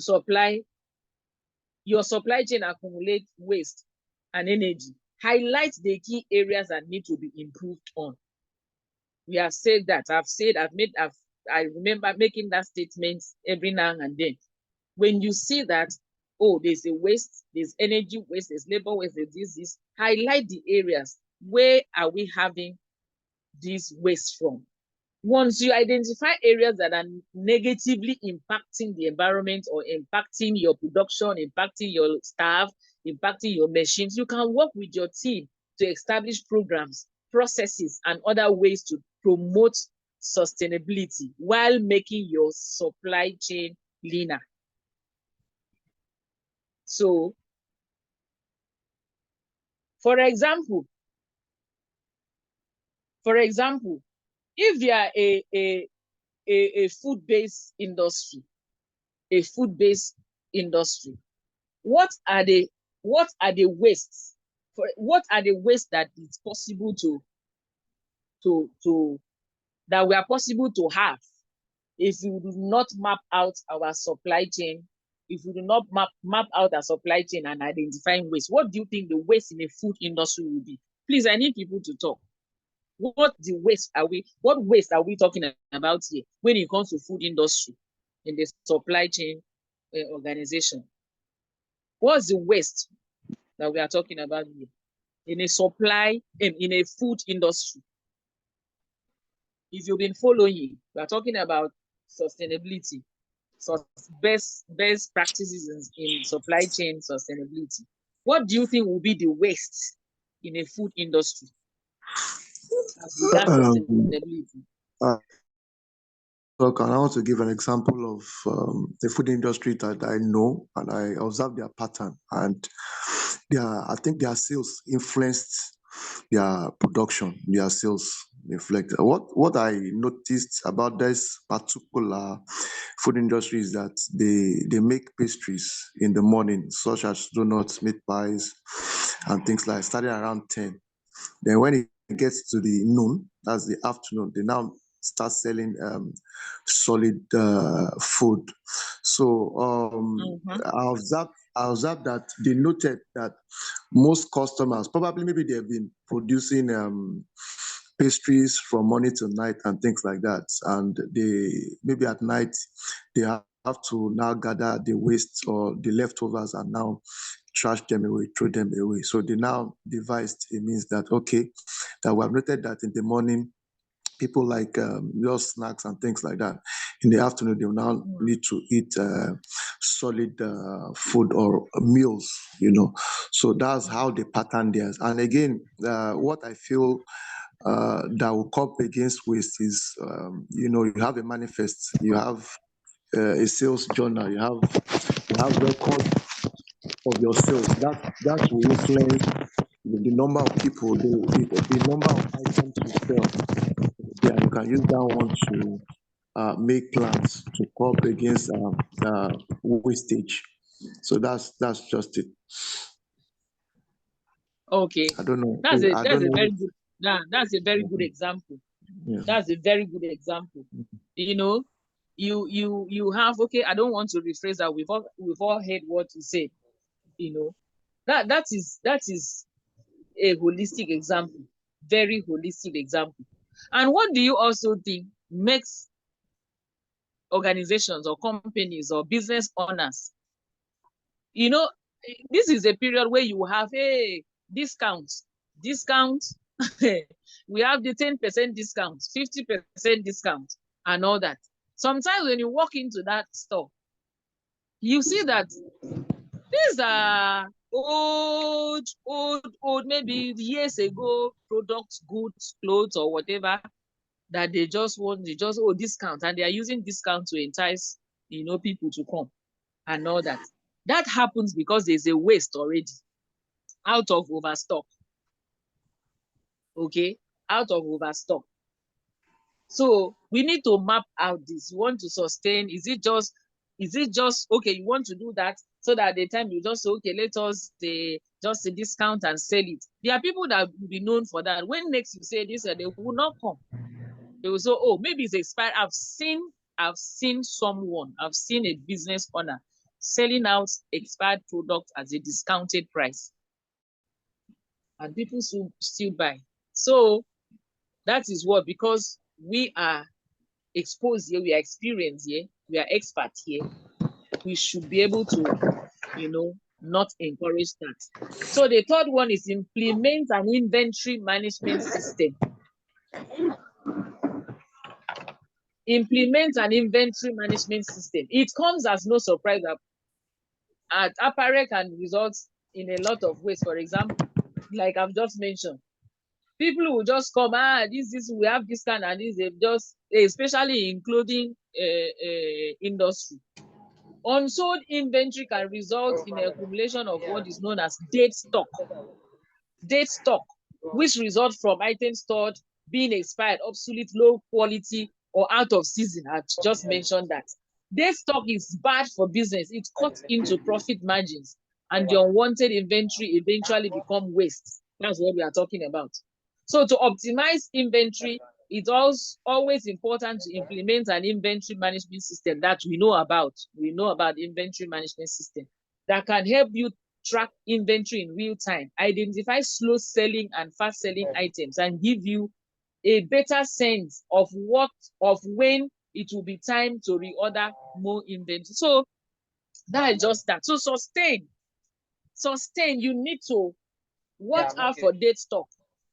We are not even, as a supply chain manager, you are not even allowed to do overstock or outstock.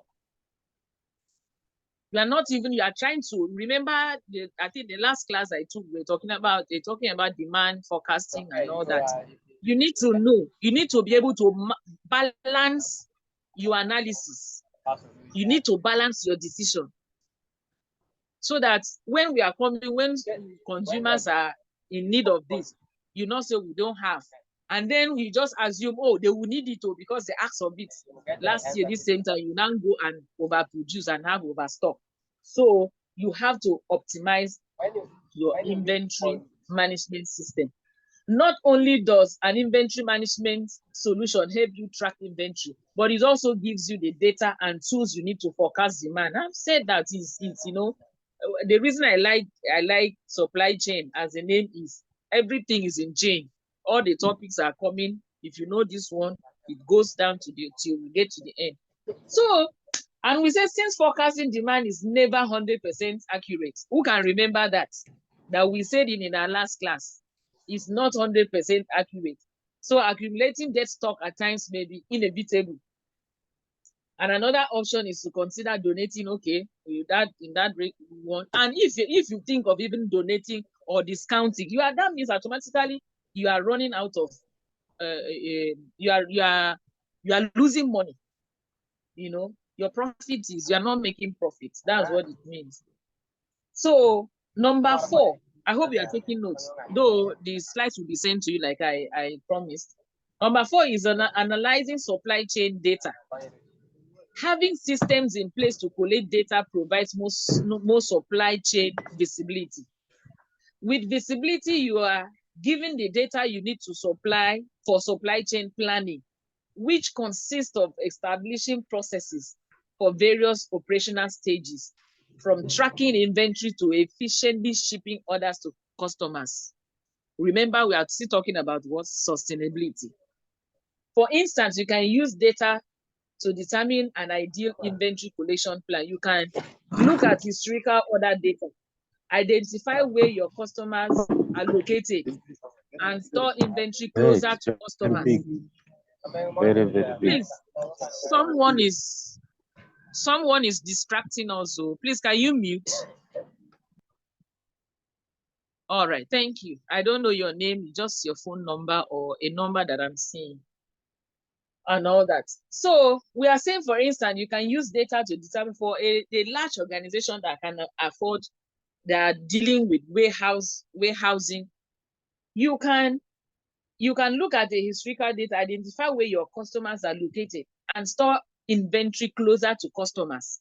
We've seen in some organization where you have at every point, you will see this, how do they call it? They will say, okay, a common word is branches. They have branch here. Like Chivita now, you go to each local government, or if not, if you have the local government is large, you can have like 3 or 4. The reason is they want to stay close to their consumers, so that they will be able to sustain their business. So that is that. And then you move closer to customer. This way, orders can be shipped faster using the shortest and more effective route while using less fuel.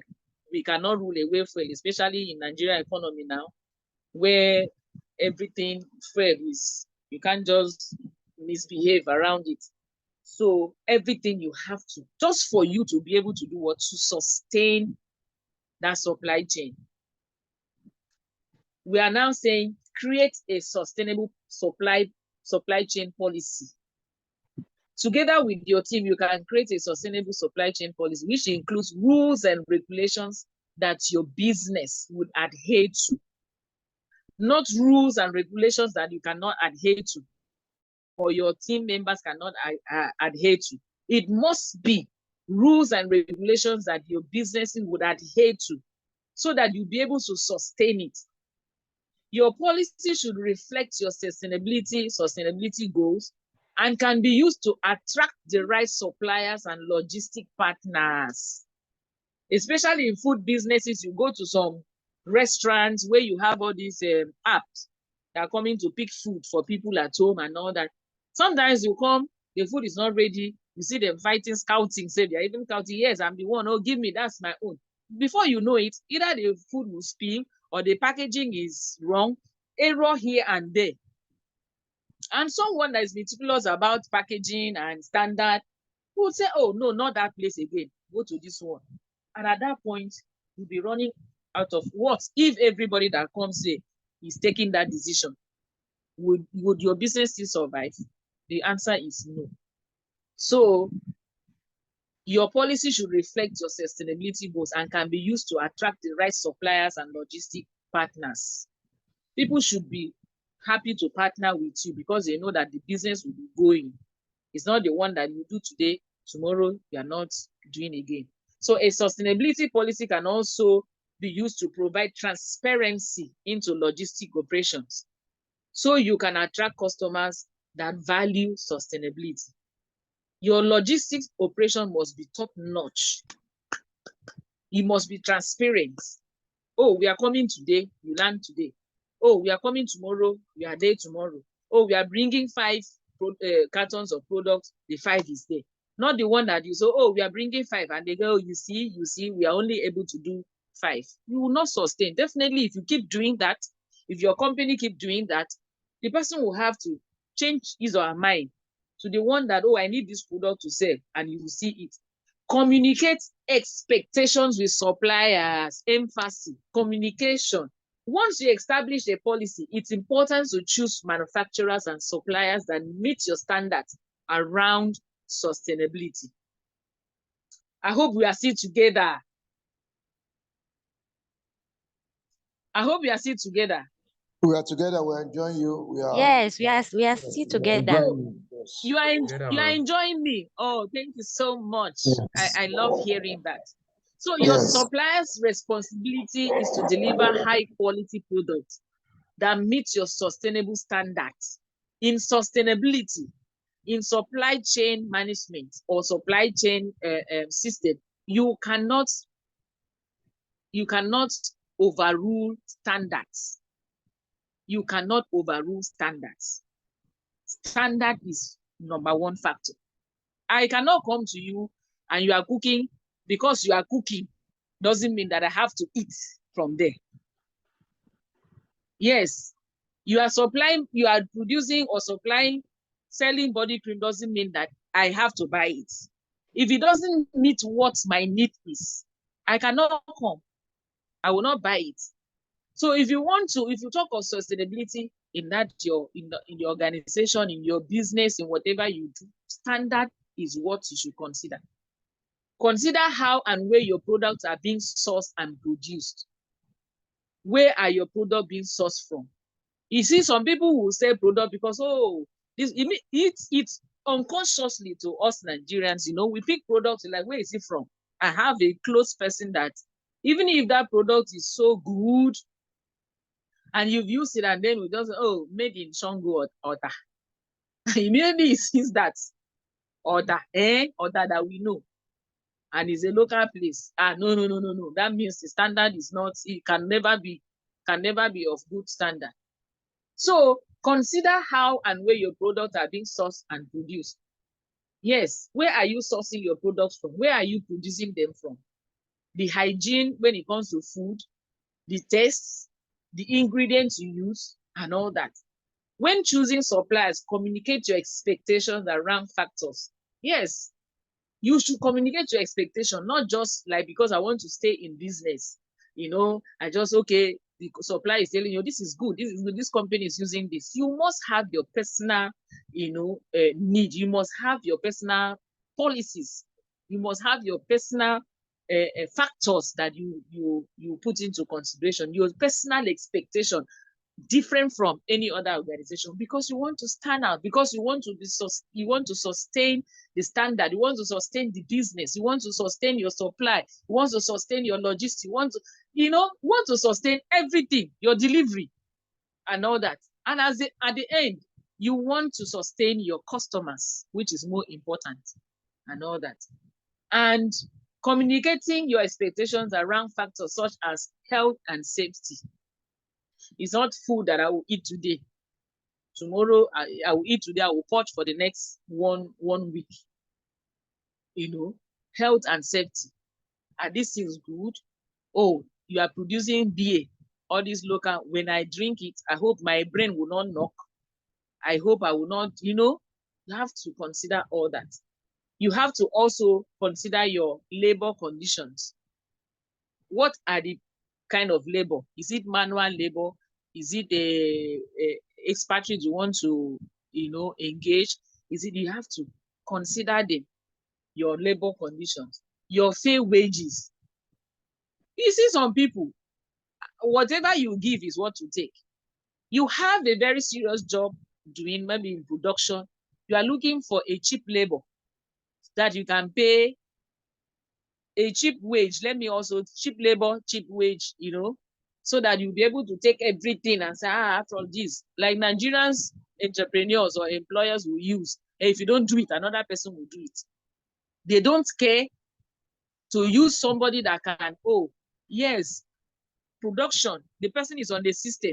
Yes, we just received this. Please, there's an LPO. We need this. In the next, you communicate well. The use of technology, the use of systems and all that. So, and all that. You need to consider energy use. You need to consider everything in production, like in plastic. You need to consider recycling and all that.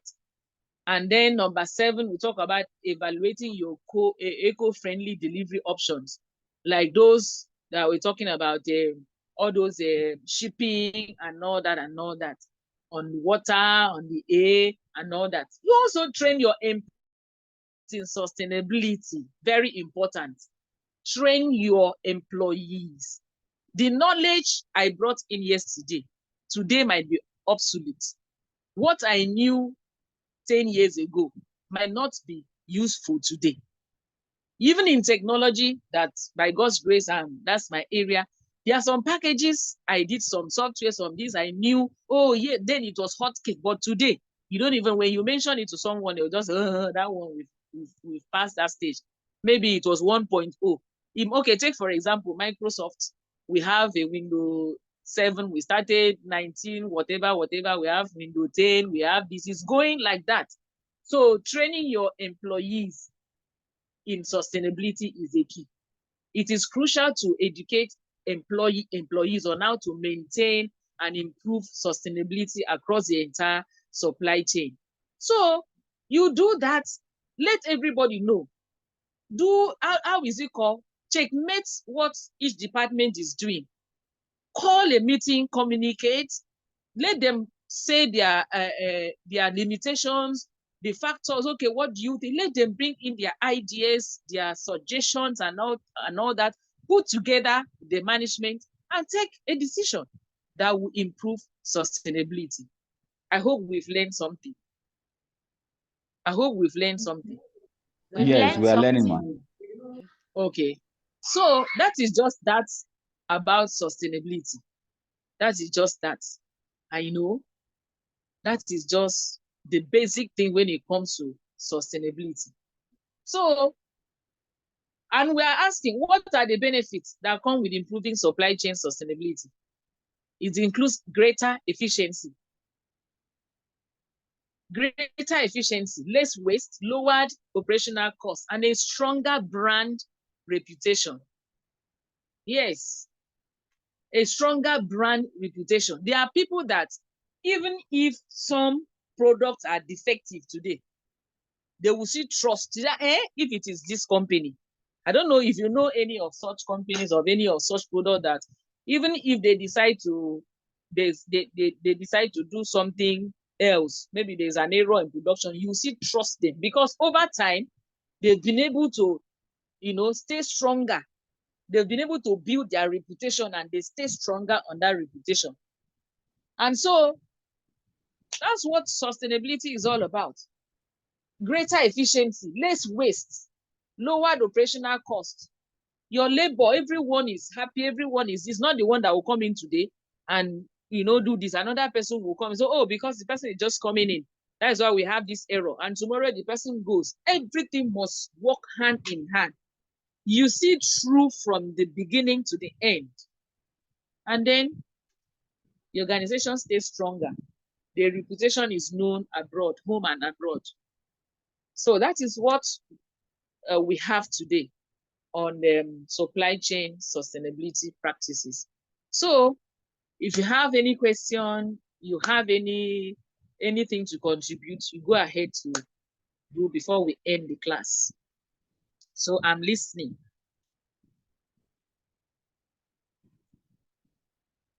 I don't want to cause name, just let's help ourselves. You have another, you should be having another module, so I can let you people go and rest before you join.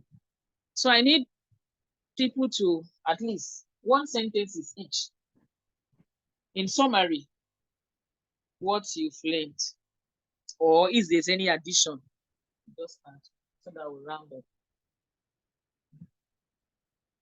All right. Do I call names? Okay, I can see somebody raising. I don't know your name. I don't know. Somebody's hand is up. You can speak. And you tell us your name, since your name is not my name is Julius Caesar Nyang from Uganda. Julius, okay. Okay. Oh, yeah, you're welcome. Okay, you're welcome. So how's Uganda today? Yeah, thank you so much for this. Actually, it's me who asked that question last weekend about sustainability. This has been very, very useful. And then maybe as a concept also, I was asking about sustainability procurement. This is elaborate, but then also I think this is different from the concept of sustainable procurement, which actually has also been new practice of these days. Sustainable procurement in that regard, I think they're looking more into the aspects of inclusion of the use of environment protection, and then how you can, I think I'm grateful. I think my question has been answered, but I think Okay. that Okay. Thank you. Okay. Okay. Thank you so much. Thank you so much. Any other person?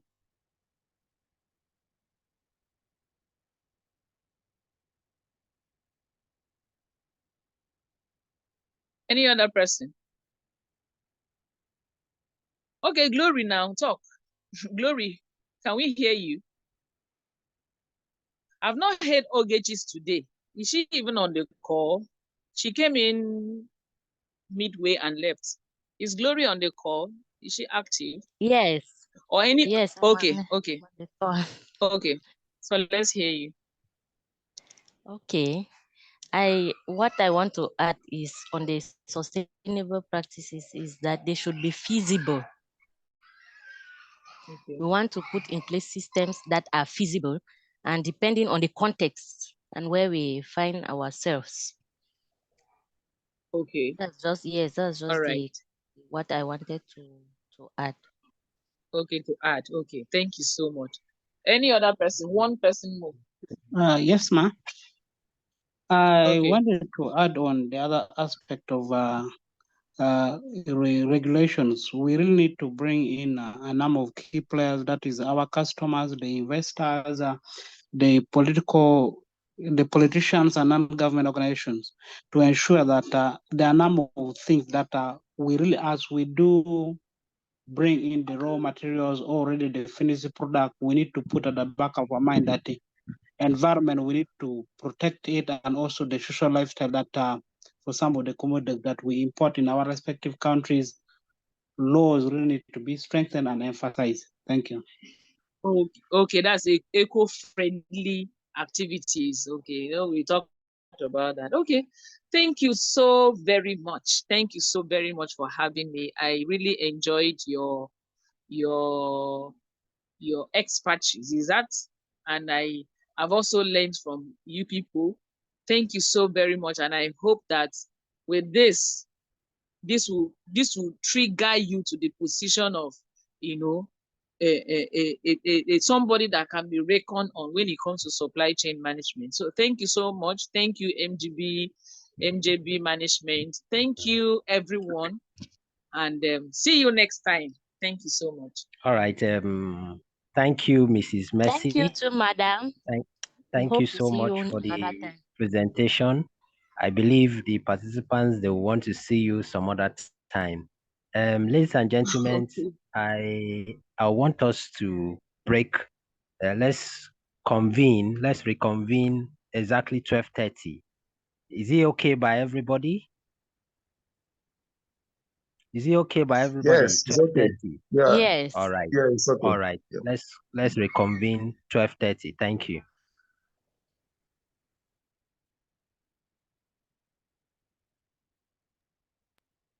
Welcome. Good afternoon, Mr. Friday.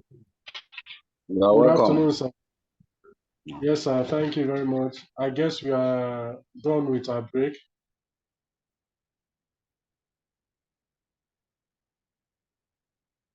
Are we back from our break?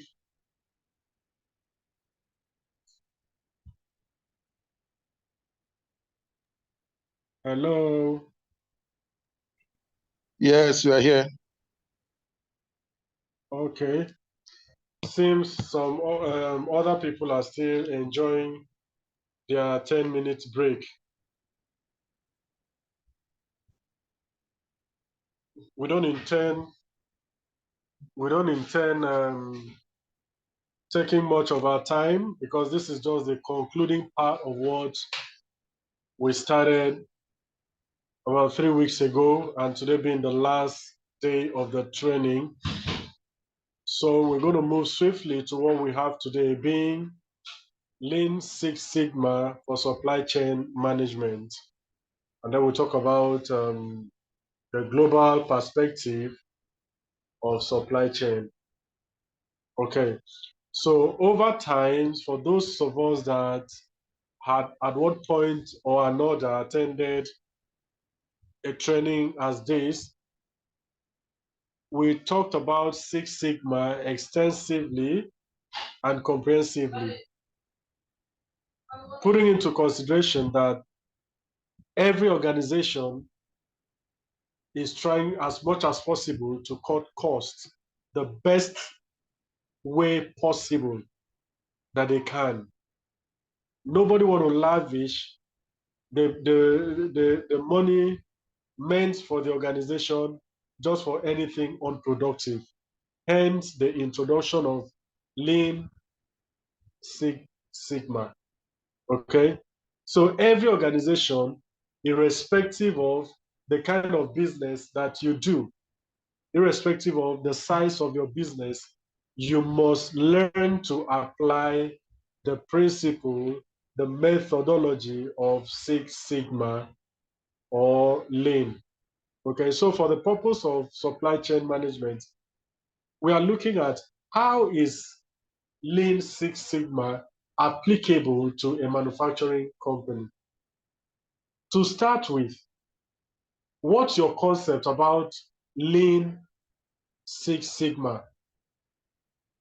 What's your concept, your understanding about Lean Six Sigma? Can somebody attempt, please? Lean Six Sigma. For some of us, we are hearing it for the first time. For some of us, we are not hearing it for the first time. We're actually practicing it. So what do you understand by Lean Six Sigma? What is it all about? I'm waiting for responses, please. Hello. Yes, please, sir. You can. So if I may try, Six Sigma is actually Victor, the way, right. yeah, Victor, yeah, are doing things in order of priority. If I understand them, I've not really gone into Six Sigma like that. Just once I came across it, but from what I learned then, it's doing things in order. I don't know if I'm right. Yeah, doing okay. Things What in about order. what about Hello? Lean? So for the Lean, like in inventory, when we say Lean inventory, we are looking at inventory that is within a certain range, not more above and not below. It's not accurate, but it's lean that is within a certain range, and that before it gets to the end of it, there must be a buffer stock to replenish and move forward. So looking at combining the two, it will be arranging things in a way that in supply chain that maybe we don't go out of stock at any point in time, or we don't go out of range at any point of the supply chain management. Over. Okay, thank you for your attempt. Any other person that want to try? Yeah. Mr. Zakaria. Yeah. So when we talk about Lean Six Sigma, the concept contains two areas: the Lean concept and then the Six Sigma concept. So for the Six Sigma concept, you are talking about areas such as data analysis. And then you are also talking about the other concept, which is the Lean methodology. It includes things such as waste eliminating methods that can improve the flow, maintain continuous improvement, and achieve your business goals. So combining these two is just something that will increase your efficiency and adapt to the changing environment in supply chain. That's what I can say about Lean Six Sigma. Thank you. All right. Thank you so much. Who else want to try? Who else Yes. want to try? On my understanding, the Lean Six. Okay, Ambrose. This is really focused at the managerial approach to ensure that we improve on the performance by looking at reducing the waste and the defects that happen in the manufacturing farms. And of course, this other factor that we look into is the data analysis, putting the measures and control in place to ensure that we achieve the performance. Thank you. All right. Thank you very much. Where are the ladies? We have 3 from the men. Where are the ladies? A representative. Gloria, are you there? Gloria, I'm there, are you sir. there? Yes, I'm Okay. there. Oh, yeah, represent the constituency. Please situate me. Just represent your constituency, your understanding about lean and Six Sigma in supply chain management. Okay. So what's your My understanding? understanding.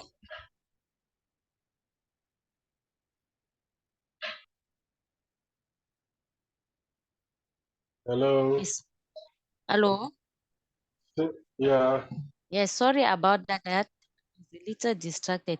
I'm saying that my understanding about Lean and Six Sigma is that these are concepts that will help an institution or an organization to be able to reduce waste, reduce cost, and then add value to the services or products that they are rendering.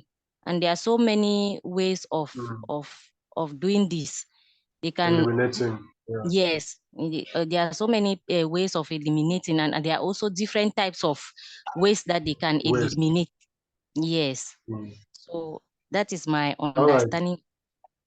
So maybe I can see some of the waste in Lean.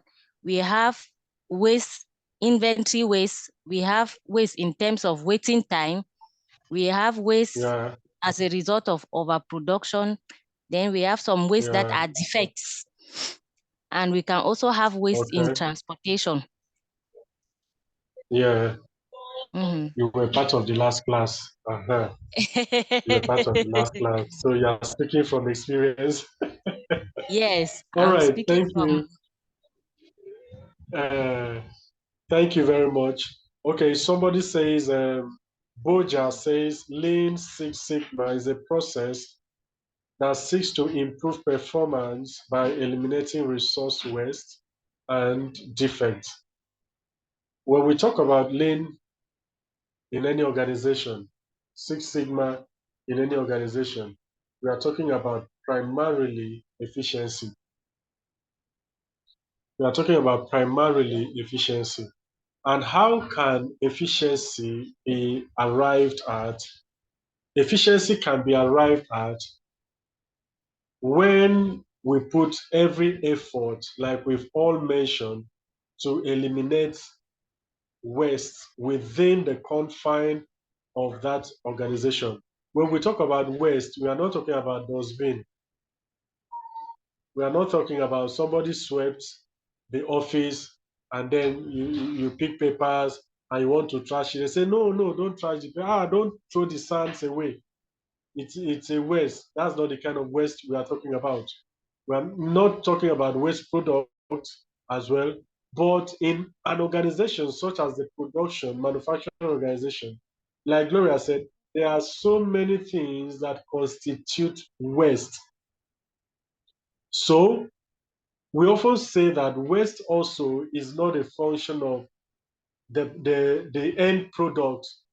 Okay, you made production, and at the end of the day, you discover that out of 50,000 units or thereabout, just about 500 or 200 is not conforming to the standard. I now call it waste. And you rally around to say that's the only waste that you have. No, waste is not only the end product. So when we talk about waste, we are talking about all the things that can possibly, all the elements, all the factors that can possibly bring an organization to a halt, make an organization not to be profitable, make an organization not to be the way or what it ought to be. So we are talking about the control, we are talking about define, we're talking about analysis, improve, and then the analyze, the measure. These are the things that Lean and Six Sigma is identified with. First and foremost, you need to identify that area where the waste is seen, the area where it's coming from. There must be an identification, because if you cannot identify, there's no way you can analyze. There's no way you can analyze what you have not been able to identify. You just go to the hospital, I'm not feeling fine, I'm sick. There's a checkup, there's a test carried out. At the end of the day, the doctors are not able to see anything. They are not able to identify anything. So how is the treatment then going to be? If they are not able to identify anything, it means they will only treat you based on assumption, based on what they believe, which may not be in consonance with the way or what is the person is being affected with. So in an organization, whatever that is not being identified cannot be analyzed. Okay? You are identified with maybe malaria. Fine. Let's analyze the level of the malaria to know what level it's gotten to, so that if it is just ordinary malaria, that you can just take anti-malaria tablet and then it goes, fine. If it is the other one that you can then be subjected to having dreams and all that, it's as a result of what is found out. So in supply chain and in trying to eliminate waste, first and foremost, we must be able to do what? Define. We must be able to define. We must be able to measure it. Okay? We must be able to do what? Analyze. Improve on what we have been able to identify, which is a waste product organization, which is something that brings the organization to a halt. Let's improve and see how far we can get, and then a total control of the activities so that the objectives can be met.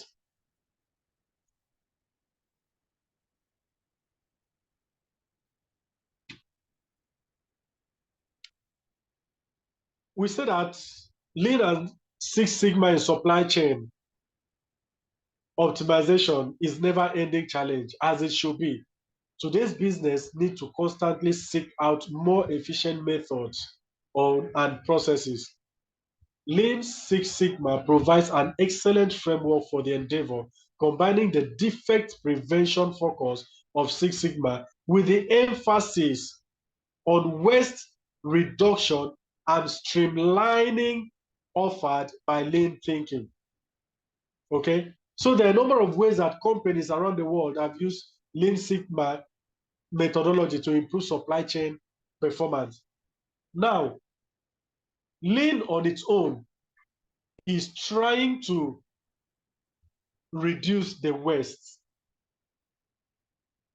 Six Sigma on its own is using the methodology, the technology at your disposal to improve, okay, to improve on what you have been able to identify.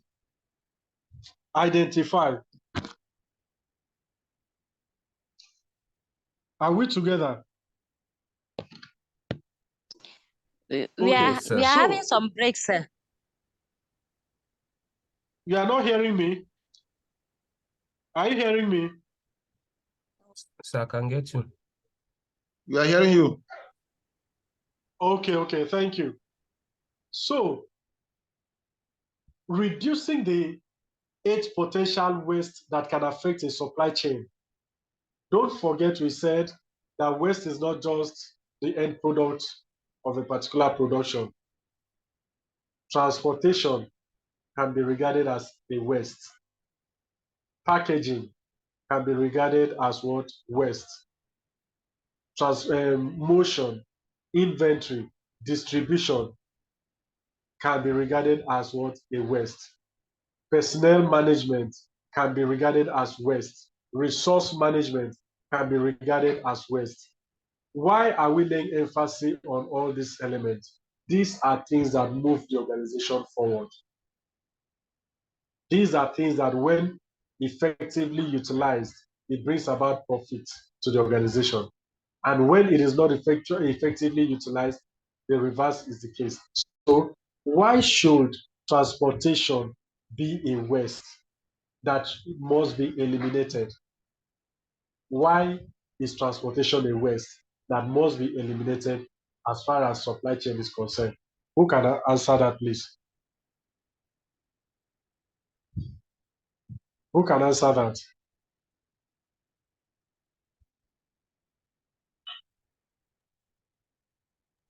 Can you rephrase the question? Hello. I said we are talking about waste in supply chain, and we mentioned transportation. I now said or asked, why do you think transportation is regarded as a waste or can be regarded as a waste in supply chain?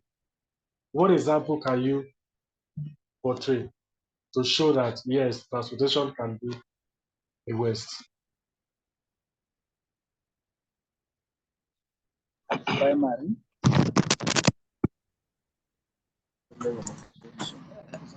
Hello. Hello. Hello. Yeah, I can hear you, please. Yes, I would think transportation is a waste in the sense that, first of all, key supply chain decisions that are supposed to be made would involve the location of the services, either next to the customers in the distribution attempts. And so the cost that we incur in transportation, we should have actually been catered for in the planning of how we're going to get our goods and services to the people who need them. That's my thought. Thank you. Allocating scarce resources. Okay, thank you. Thank you. Any other person? Any Hello? other person? Hello? Glory. Hello, Yes, we can hear you. Yes. I would say that transportation is a waste in the sense that even though it is very important and necessary to transport goods, sometimes there are routes or unnecessary movements that we take that do not add any value. For example, if we have to transport items and there is a route that will take a lesser time, and we choose to take the other one that is longer than the one that is shorter, it means that we are going to take a longer time to reach where we are going to, and which is going to be increasing the cost of transportation and even the cost of managing the things that we are transporting. So that is how I can see transportation as a waste. Or maybe using, if it is a place where we have to use a 20-ton or just a small vehicle, and then we go and we are using a 40-feet container, it means that that is a waste. We have wasted resources, because all of the waste at the end, they summarize into cost, into some, they have financial impacts. They have some financial value attached to it. Okay. Yes. That is how I can see waste in transportation. Yes. Rotimi want to speak. Okay. Yeah, it came to my idea. I have an idea that transportation may be a waste in manufacturing company, in a place whereby manufacturers should site their company near their consumers, and they decide to locate their company maybe in another country or another state that is far away. The costs and the cost of maintenance, the cost of transporting the goods may be too high, which will affect the price of the product. So siting it near their consumers, will make them maximize, get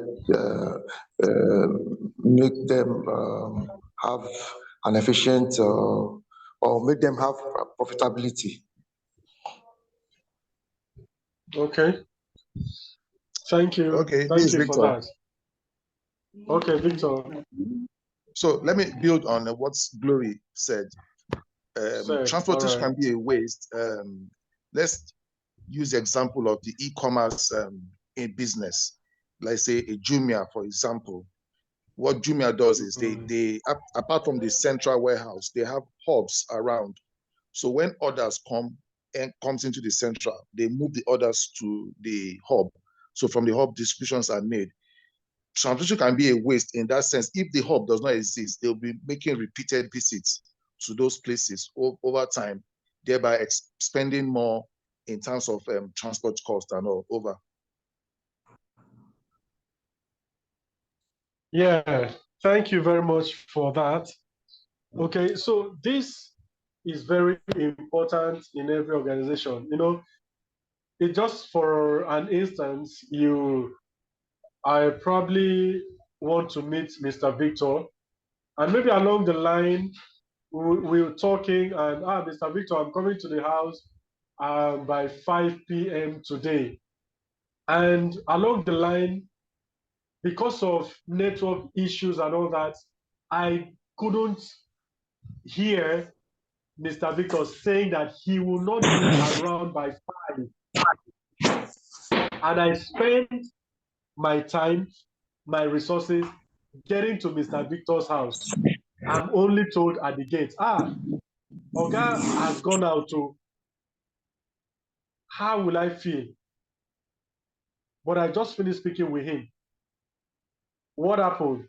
Is it that there was something he said which I did not pay attention to? Was there clarity in our communication? That to me is a waste of my time, is a waste of my money, and whatever thing that you can think of. The same thing is applicable to organization. That's the reason effective communication in any organization is key. How can you get effective communication where there is no proper analysis for an information to be processed, analyzed, and then passed over to the appropriate quarter for action? Transportation can be a waste when things are not done properly. Glory talked about, having 3 routes to follow. Which of the routes will take us or will cost us less? What are the negative impact or influences that the shorter route can give or the longer route can give? What time are we going to beat? How much is going to be involved? If all this is not well processed, if all this is not well analyzed, and then the information is passed on to the transport managers, there is nothing they can do. They will only work based on assumption. Let's take this place. The last time I passed, there was no traffic. Okay, let's go. And you get in there, get stopped. So this can be what? A waste. Non-utilized talent, placing people in a position where they are not functional, where they don't have any experience, or putting people where their experiences, their talent is not deployed. They are just there as figureheads, not doing what they are supposed to do. That is a waste to the organization. What are you paying for?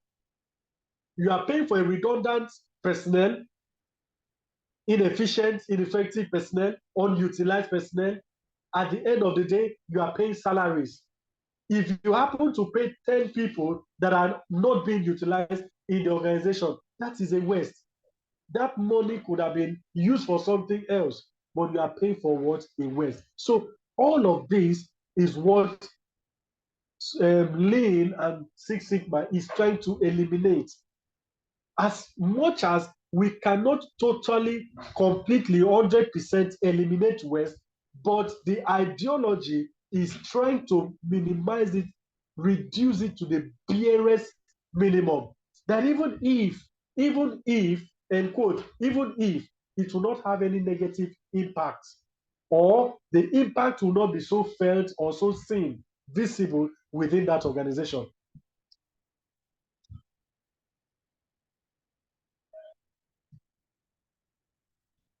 We talk about defects, to prevent defects. The Six Sigma method was originally developed to combat defects in manufacturing, lowering them within an acceptable tolerance. So the in-depth insight into quality control processes provided by Six Sigma analysis can be invaluable to any supply chain manager. Identifying the root cause of defects and refining the production process accordingly is made much clearer through the DMIC approach. What is the DMIC approach? Define, measure, analyze,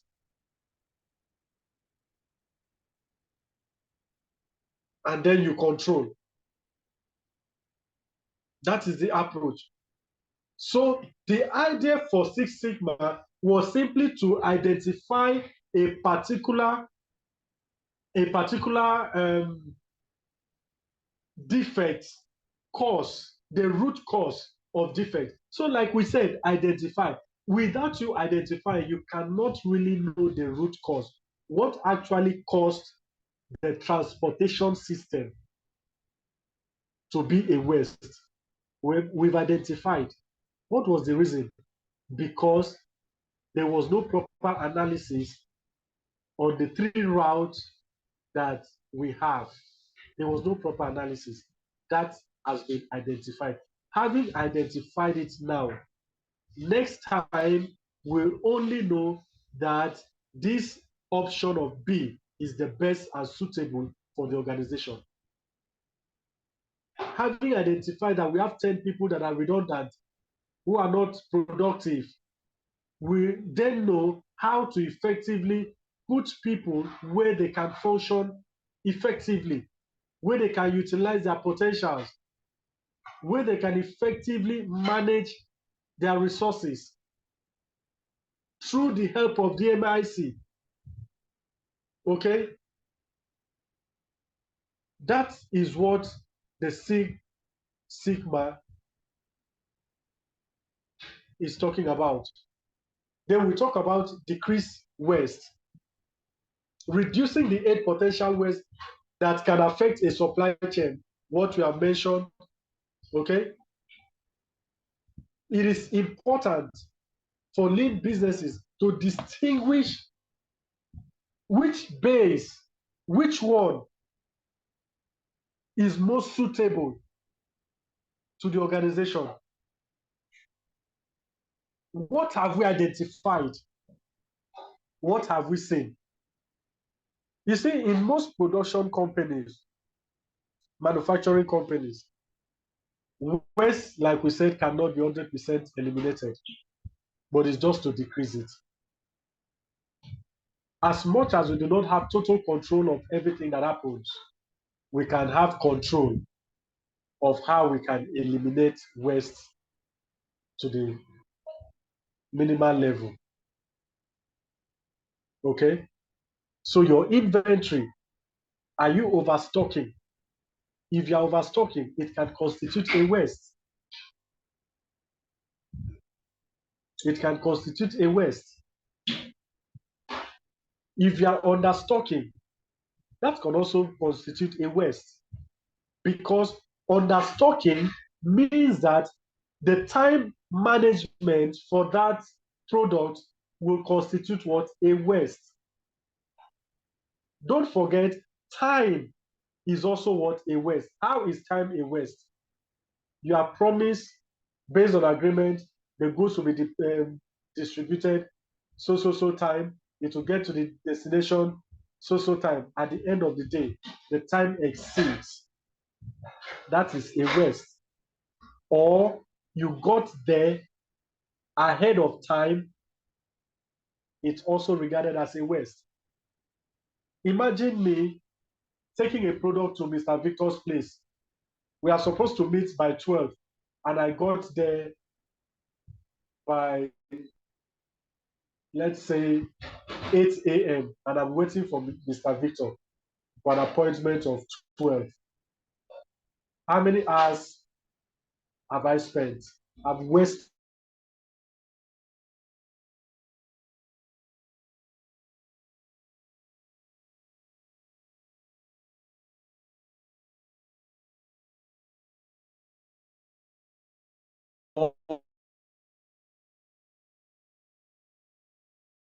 That I'm going just for Mr. Victor's, and at the end of the day, I'm waiting for 5 hours.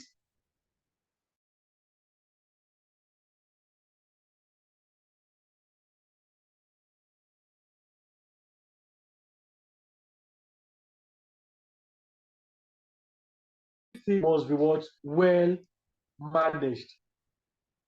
Everything must be well managed.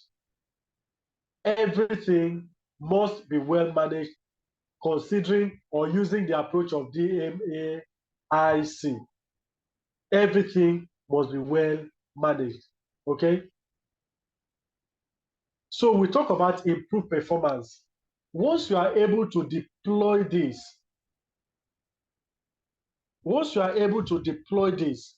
it improves your performance because we have reduced the level of waste to the barest minimum.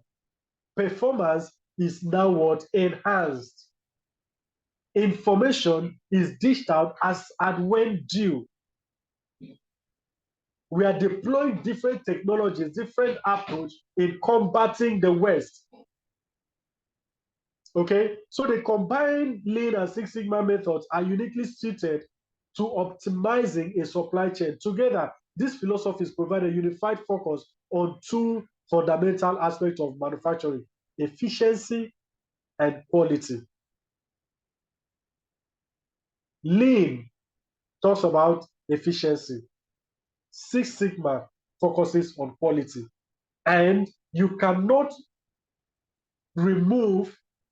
substitute one out of this. They go together. Efficiency, but quality. Efficiency, but what? Quality. That's the reason Lean, Six Sigma go together. So also efficiency and quality. So for every stage of the DMAIC approach is an excellent opportunity to refine processes, solve problems, and reduce waste. The result is stronger bottom line. A stronger bottom line. When all this is well deployed, you have what? A stronger bottom line. Okay? So, what are the benefits? Like we've mentioned, it reduces waste, it prevents defects, it improves performance, and what? Predictive capabilities. That is the benefit of Six Sigma to an organization, of Lean supply chain management to organization. The essence of it is first and foremost to reduce waste, to prevent defects, improve your performance, and then the predictive capabilities. So when we put all of this to use, okay, the sustainability from an environment and societal perspective is also what? Actualized. Is also what? Actualized. So the benefits includes improved cash flow, better logistics, and what? More efficient operations.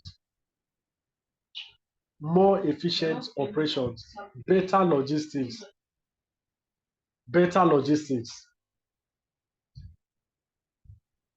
So, what are some of the tips for successful implementation of Lean and Six Sigma?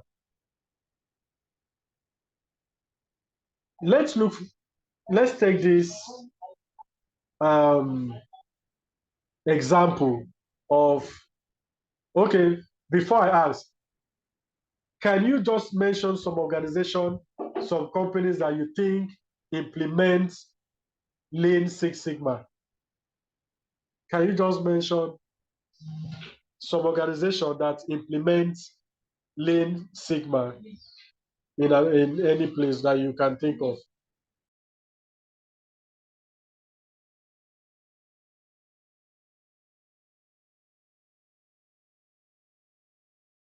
Can anybody try? Which company do you think operates or implements the Lean Six Sigma?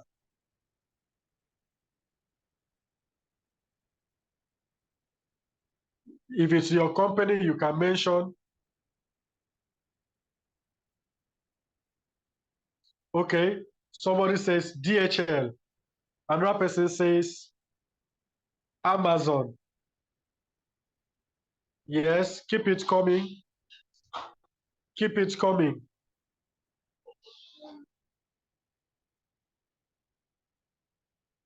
We have only two, DHL and Amazon. Are they the only two companies that operate using or implementing Lean Six Sigma? Any other person?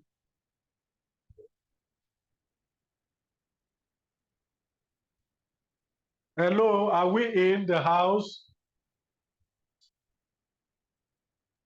Yes, we are there.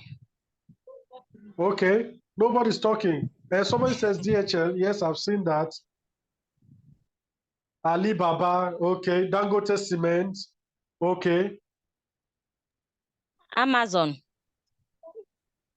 Oh, somebody says Amazon. Somebody says NGO procurement unit. Coca-Cola, okay. Coca-Cola. Ford Motor Company, okay. Ford Motor Company, all right. So, Mr. Obong Albert, you said Alibaba. What makes you think that Alibaba implements Lean Six Sigma? What makes you think so, Mr. Obong? I would think Alibaba does implement it because it's a global brand, and it does its distribution like national, rather across many countries. Yes, I think that is what makes me think it implements that, the Lean Six. Okay. The fact that they are global doesn't really indicate that they can implement the Lean Six Sigma. But because of the kind of business that they are involved into, which is production, majorly, I agree with you that they use what? Six Sigma. So looking at this case study, Amazon's vast operations include warehousing, delivery logistics, customer service, and cloud computing services. So to manage this complexity, Amazon has turned toward Lean Sigma principles. Amazon's warehouse, known as Fulfillment Center, are a testament to the efficient implementation of what? Lean principles. Through continuous improvement, Amazon has done what? Minimize waste in its processes. They realize that waste is a loss to the organization. So everything within their reach that they can possibly do away with, they try as much as possible to do that. Okay? The Lean Sigma implementation has yielded significant results for Amazon. First, it has enhanced efficiency across the company's operations. The time taken to process orders has significantly reduced in the fulfillment centers, leading to faster delivery time. The efficiency has given Amazon a competitive edge in e-commerce, where speed is a critical factor in customer satisfaction. This summarizes what we have been talking about for the past minute. Speed is a critical factor in customer satisfaction. People want their products delivered right on time without delay. And if there's any form of delay, communication is the key. Okay? So in conclusion, Amazon's implementation of Lean Six Sigma principles has been pivotal in its success. By reducing waste and improving quality, Amazon has increased efficiency, customer satisfaction, and profitability. This case study demonstrates the power of Six Sigma in driving operational excellence. Okay. Now, for another example, is a place like Domino Pizza. They also do what? Implement Lean Six Sigma. How? By following the principles.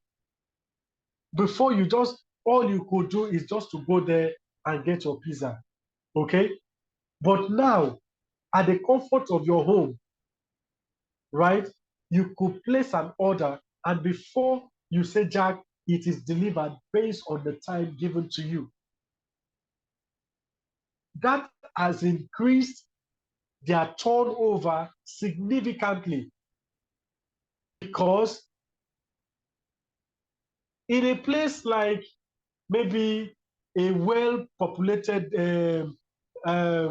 location, before you come out from your house, considering the scorching of the sun, the stress and everything, going to Domino Pizza, you think about the stress. That could do what? Turn you from going. But you just pick up your phone and you place an order. 10 minutes, 15 minutes, there's a knock on your door. That increased their profitability, and they moved from a particular, a profit margin to a higher profit margin. They moved from getting the usual customers to do what? Attending to what? Unusual customers, and their customer base increased. Why? Because there's efficiency, there is quality, and every form of waste is what? Eliminated. Instead of going by van, that you could just be delayed in traffic, they decide to go using motorcycles, which is faster.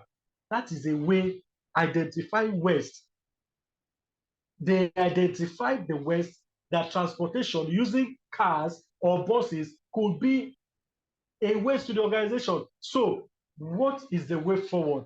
Motorcycles. They deployed motorcycles and they are using it, and it's producing results. It's producing results.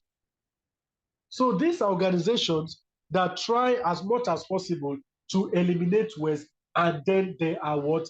Getting more profit, increasing their customer base, increasing their market shares, market capital, and then consolidating on their trust, on their goodwill, which is very important. So, what are some of the softwares that possibly can be used? We talk about traction. There is safety culture, there's the Lean Way, and Nexus. All of these softwares are what organizations deploy to their companies based on suitability. How suitable is this particular one? How friendly is it? How resultful is it? And of course, how less expensive? So these are some of the softwares that can be used. Then the traction. The traction is a software for lean and supply chain program for project management. It is a cloud solution designed to assist organizations in driving process. There are many ways to organize your Lean Six Sigma process, improvement, workflow, or management, and providing just-in-time support to what project team. This app is best used for managing complex projects.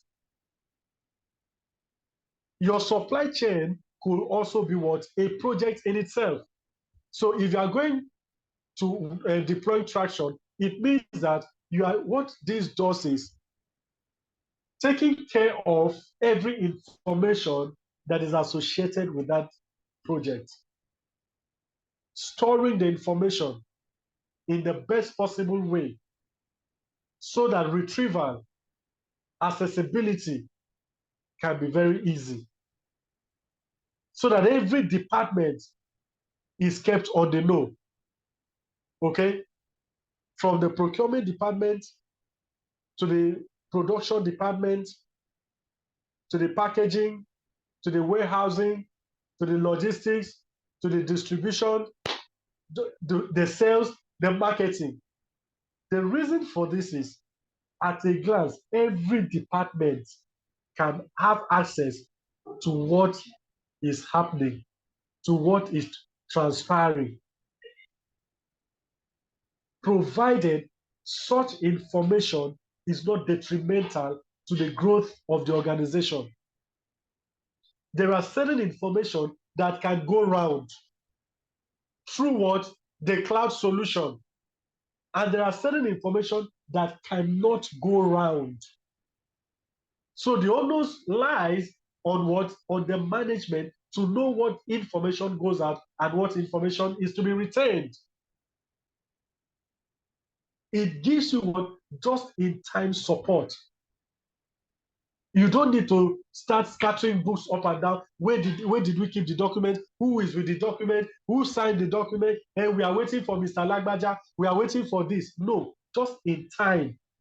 At a click, every information is what is seen, is visible. And then action or decisions can be taken. What are some of the features? Project management execution that is seamless. Real-time data visualization with multiple charts and graphs. Reporting that is flexible and powerful. Project selection tools. Support for critical coaching. These are some of the features that surround traction. Then we talk about safety culture. We talk about safety culture. It helps your business streamline workflows and standardize processes. It also solves logistics issues by eliminating paper inspection. Audits are usually performed by an audit manager. This helps all those people that carry paper up and down. By the time the safety culture software is deployed, their job ends. Their job ends. That is the reason continuous improvement, personal development is key, because the things that we do ordinarily in the years to come will give way to technology. And where will you fall in? All those people that were busy back then in school doing secretarial studies with typewriter, where are they today? Where is IBM typewriter today? It gave way. What happens to the people that you see them sit like this with their scarf? They look so serious. Where are they today? If some of them did not see the sign that in the next 10, 15, 20 years, something will crop in that will take our jobs. Hence, going for personal development, they are already out of jobs. So the safety culture helps to do what? Standardize what? The processes. Okay? It helps also to do what? Solve logistics issues by eliminating paper inspections. You are writing letter. You are writing, taking notes. This one did this. You are writing it down. You are keeping it with paper. Well done. Sooner or later, your paper will be useless. So the aim is to do what? Is to continue to make the work more easier. The aim is to make the work more easier. What are the features? Export. You can move documents from one location to another. You can visualize. You can compare relevant Lean Sigma data using the safety culture. Comparing of data. Are we on the same page? Having analyzed, what is your own analysis? What is your result? We compare it of what effect is it having on the organization? What negative effects is it having on the organization? Comparison. Then we talk about it captures issues in real time and monitor them. Your quality managers and staff can provide evidence such as photos, videos, and other media, just for what proves, just for evidence, just to buttress more points. We talk about Talify. It's almost the same thing with the automation of workflows and approvals, hands over, documentation for process. Then we talk about the lean way. This particular helps an organization to be what? To be innovative. To be what? Innovative. Not doing the usual, but consolidating on what you have to moving to a level of more significance. What are some of the benefits of using the Lean Sigma software? So if we are able to deploy all of these or one of these within the organization, what are some of the benefits? Glory, what are some of the benefits that we can deploy, or when we deploy this, what are some of the benefits that the organization will stand to get? Glory. One of the benefits that the organization will start to gain would be that they will have more, they will be more efficient.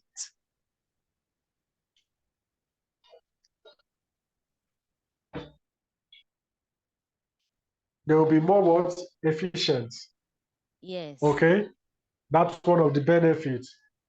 Thank you. Mr. Victor, if you are, when you are deploying, what are some of the benefits? So benefits is it will eliminate time wastage and material wastage, resources, human resources wastage if the software is being deployed.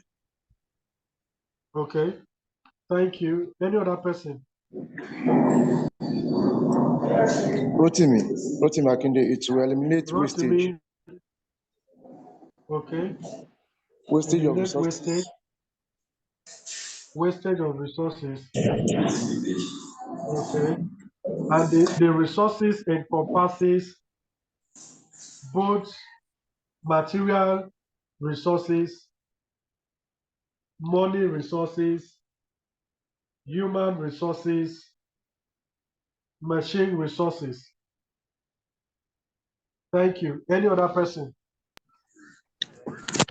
Yes, I think this will also go a long way in saving cost, and then ultimately enhancing customer satisfaction as their needs are going to be perfect and timely met. Thank you. All right, thank you very much. Glory, I want to ask you specifically, working in the health sector, how is this Lean Six Sigma applicable to your organization? How is it applicable to your organization? Glory, using your examples, you've worked in there for a number of years now, you've been a transformational agent and all of that. How is this applicable? And what will likely be the positive impact that your organization will have when it is implemented? Glory, hope you understand my question.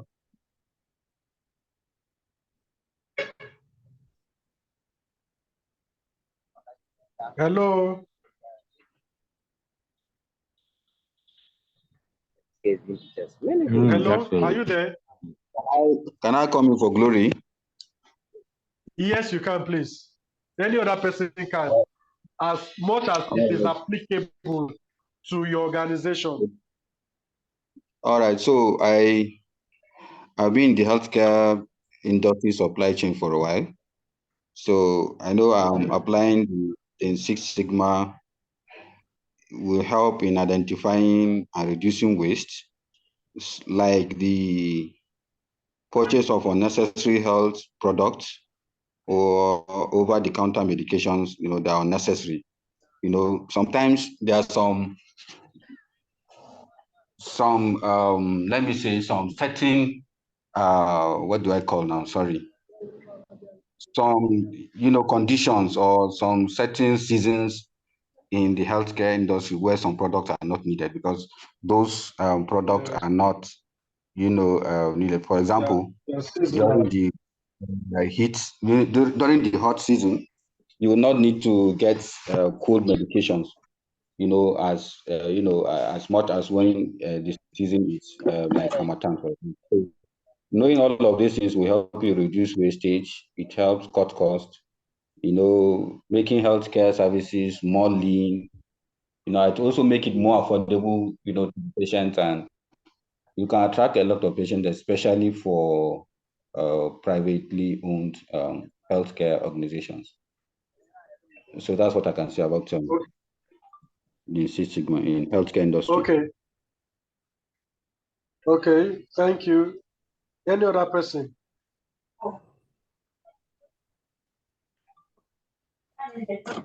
Okay, if I can speak, can you hear me? Yes, you can, ma'am. Yes, its application to the healthcare system, especially when it comes to procurement of drugs in the pharmaceutical industry, is that this is a software that helps you to collect data. Therefore, you're able to make proper forecast. That way, you avoid wastage.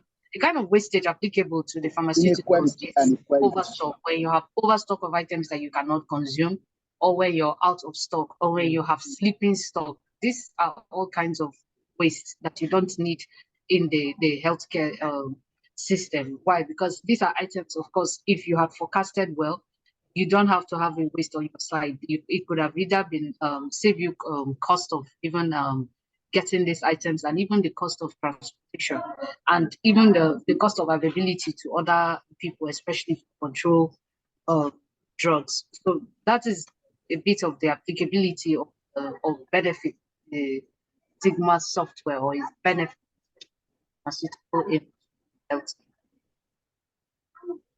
Thank you very much. Thank you very much. Any other person that wants to contribute to that? I would say by using the tool to analyze, actually, I'm talking on the perspective of healthcare again, in a hospital kind of setting. Using the Six Sigma tools to collect and then analyze data, we can actually improve a lot of parameters, like the waiting time in the hospital, the quality of care and diagnostics, maybe the results, diagnosis, and all these would ultimately aim at improving services to the customer. Thank you. All right. Thank you very much.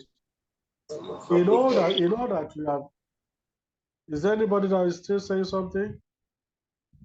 Okay, Sarah says it avoids overstock, out of stock.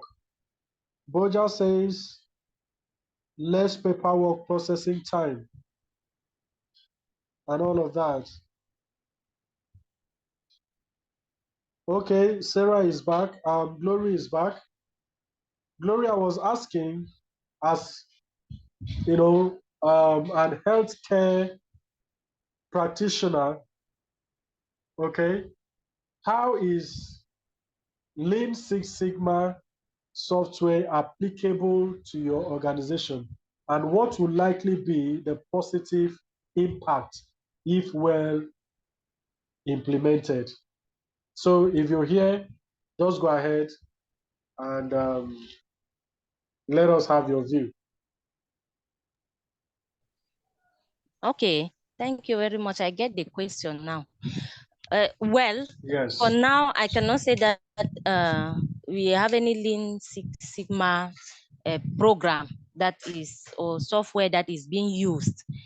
But I guess if such a program is installed in our system, it's going to improve a lot of things.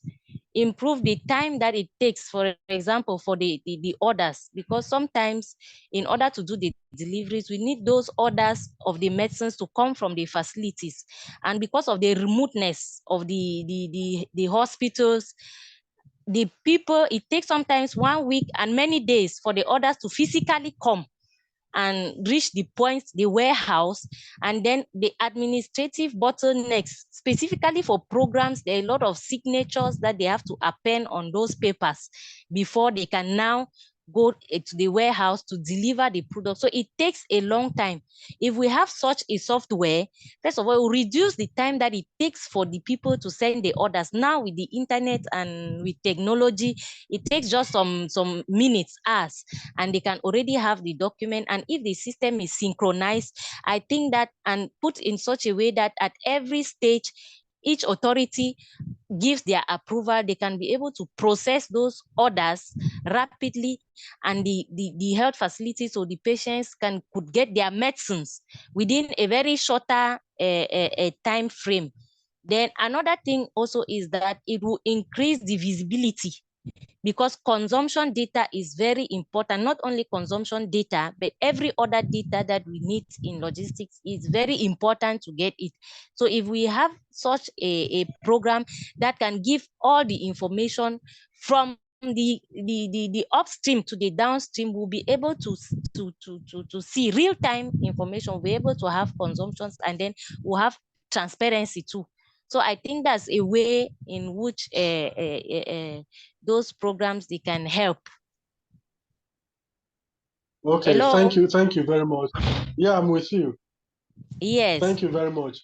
So now I was reading about in some areas they even use drones and automated dispensers, and in those automated dispensers, they are connected to the program too. So the patient does not have to go and be waiting somewhere that they will call the name before they can come. They just get a code, and they go to the dispenser when the information is already registered, everything. But when they reach the dispenser, they just put the code, and the automated dispenser gives their products, the medicine that the specific medicines that they want. So the patient will not have to wait a whole day, or it reduces also the workload on the people, that the dispensers who have to be giving and then explaining. It reduces the workload, and they can effectively to produce reports that are required. I think that's how it can contribute. I don't know if I've added something to what other people already said. I got disconnected. No, you're on track. Okay. You're on track. Yes. We're all saying the same thing. All of this, when and if managed well, leads toward efficiency and quality. And eventually, it ends with customer satisfaction and profitability. Okay, we have mentioned a whole lot as to what these softwares can bring to the organization. It is important that managers or the management look into investing in softwares such as this.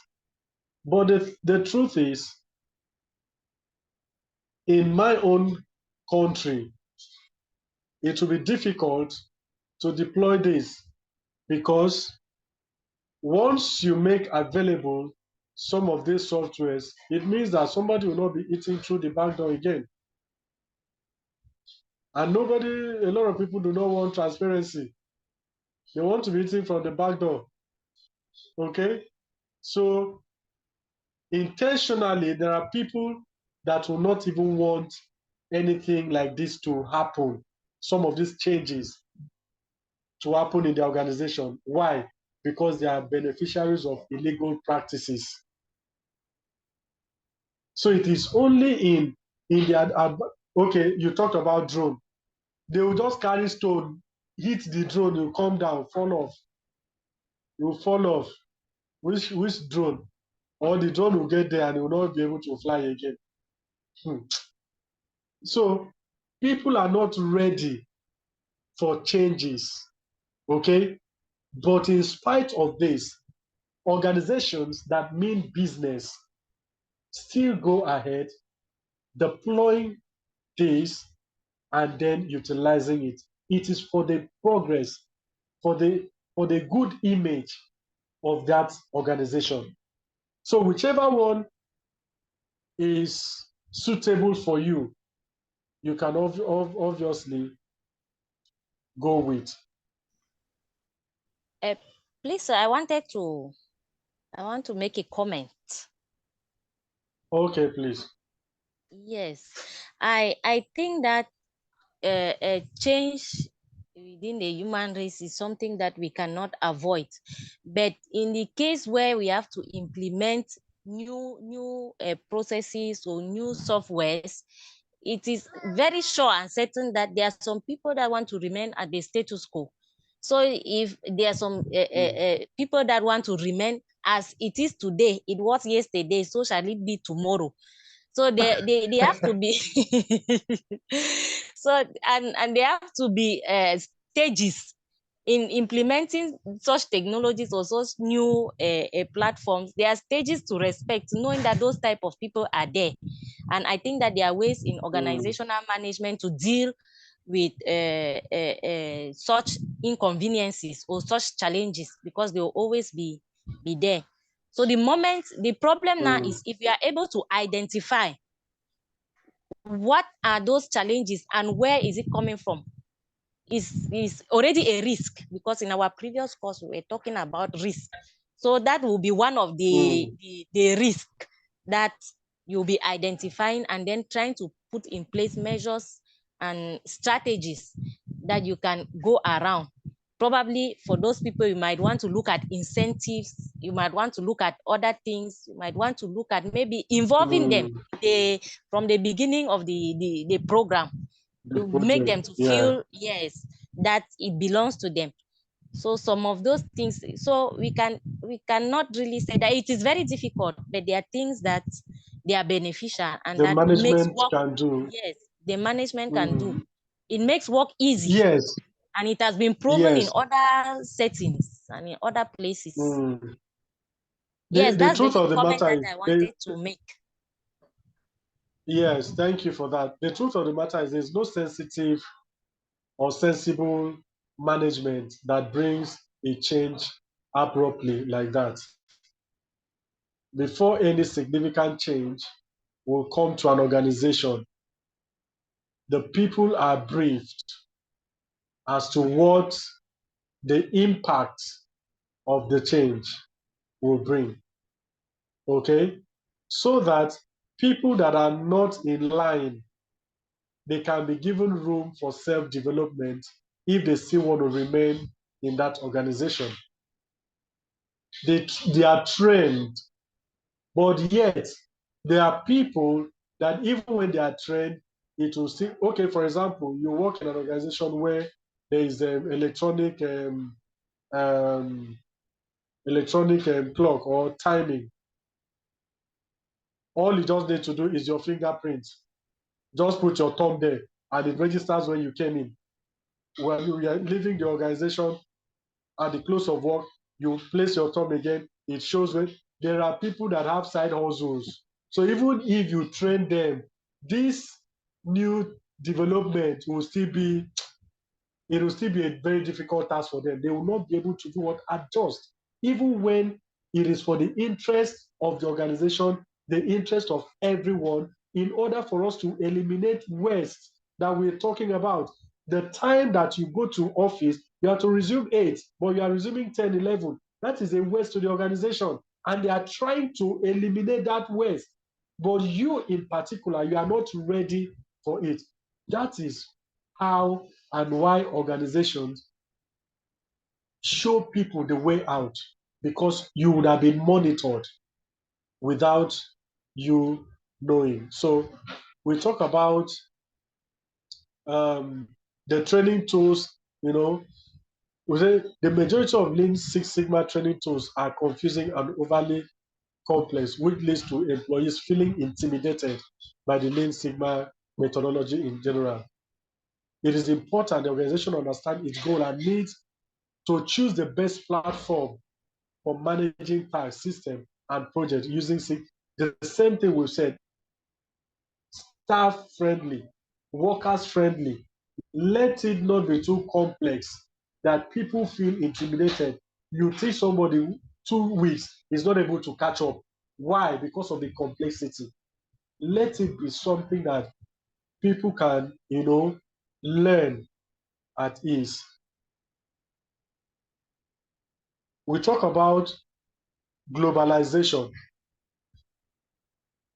We talk about globalization in supply chain. Globalization simply means going out of the usual, your way, being noticed globally on the international scene. Glory is in Cameroon. I have another person in Uganda. If I start a business today and Glory is my partner, the other man in Uganda is my partner, that means I am going what? Global. I am not doing things on the local scene, but I'm doing what? Going out there. Why am I going out there? I am going out there to test the business, to introduce the business. By way of introducing the business, I am learning from the country that I'm operating from. Let's say, for example, there's a particular place in Nigeria that I'm getting my raw materials at maybe exorbitant price. I go say, okay, 5 million naira, and having a business connection with Glory in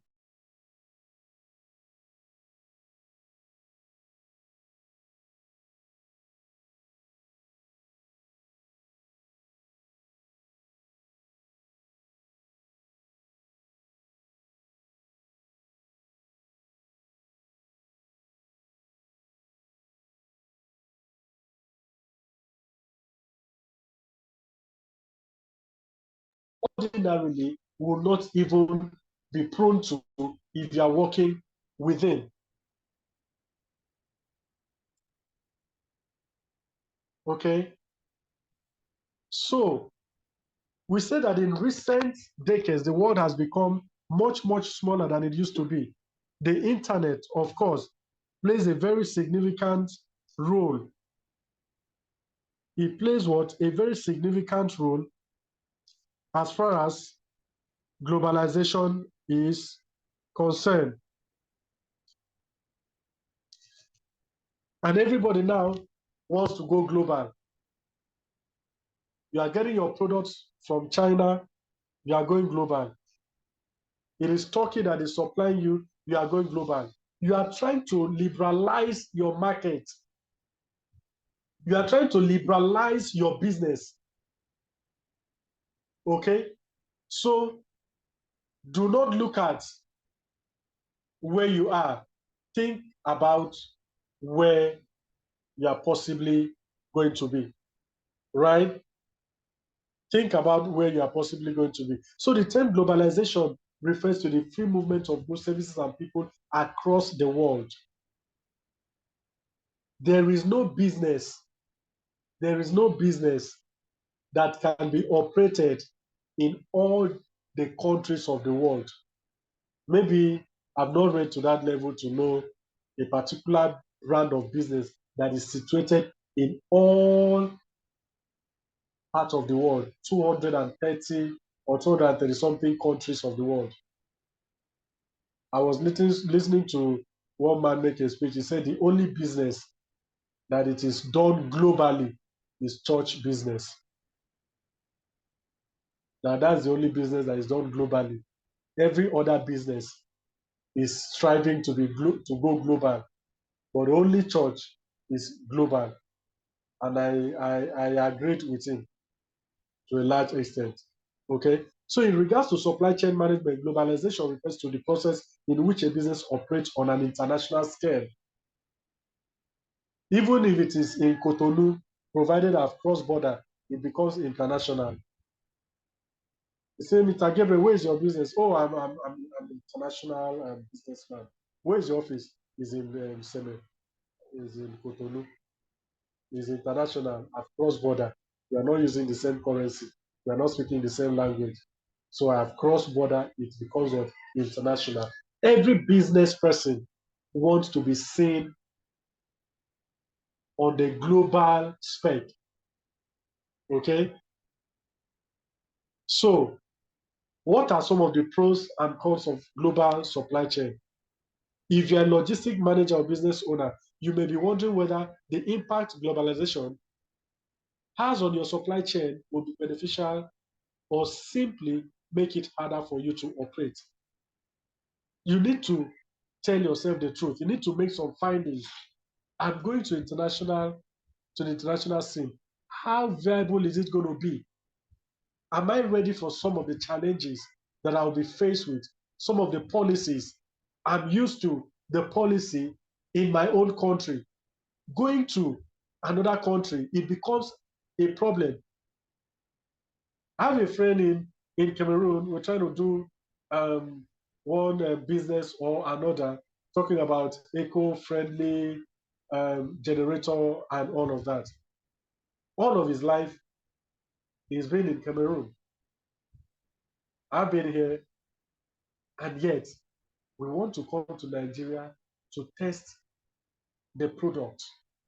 The question I asked him was, are you ready for the policies that is applicable in Nigeria? Are you ready for the politics that is played out in Nigeria? Are you ready for the hostile acceptability, susceptible pattern of business in Nigeria? Are you ready? He says, well, since you are there, you understand how it is. So what are we trying to say? You must ask yourself some realistic questions. What if I just met Glory, we've talked business, and I say, Glory, say the business is worth 500 million. I say, oh yeah, Glory, I know you're a woman. You cannot run away with my money. I give Glory, and our phone is switched off tomorrow. What happened? Will I be able to bear the shock? The risks involved, will I be able to bear it? Will I be able to have that resilience? Will I be able to, walk along and just let it slide? Then the truth is that there are pros and cons to globalization, and it may or may not significantly affect your supply chain.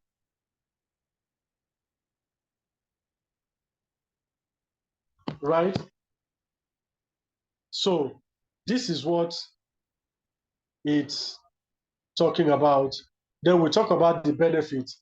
You reach new customers around the world. You expand sourcing opportunities. You offer a larger selection of goods and services. You grow and expand the scope of their business. You save money and increase profit. Okay? So what are some of the negative globalized supply chain, greater complexity, increased supply chain risks, increased competition, greater data collection challenges, and more legal issues. So we talk about some of the benefits in today's market, talk about international market, we talk about the new products, being introduced, the better quality partners, and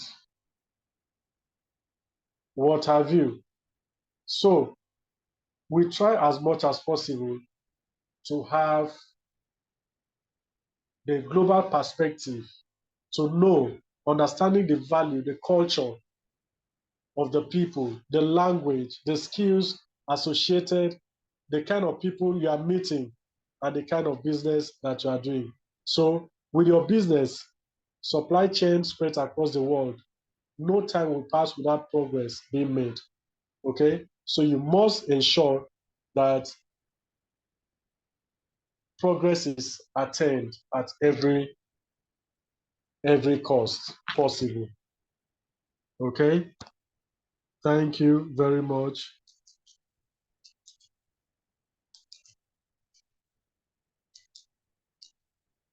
Any question, please? Any question?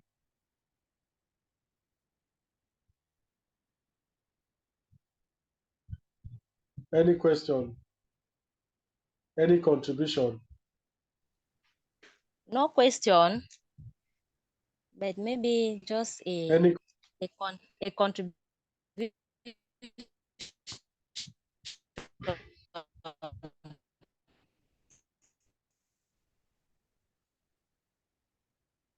Okay. Anyone? Anybody?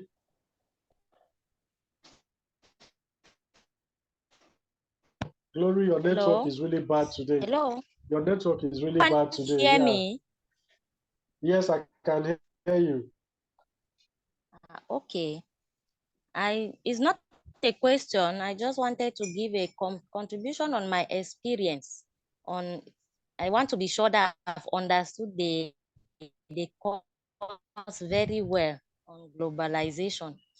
We have these regimens for children, HIV-infected children.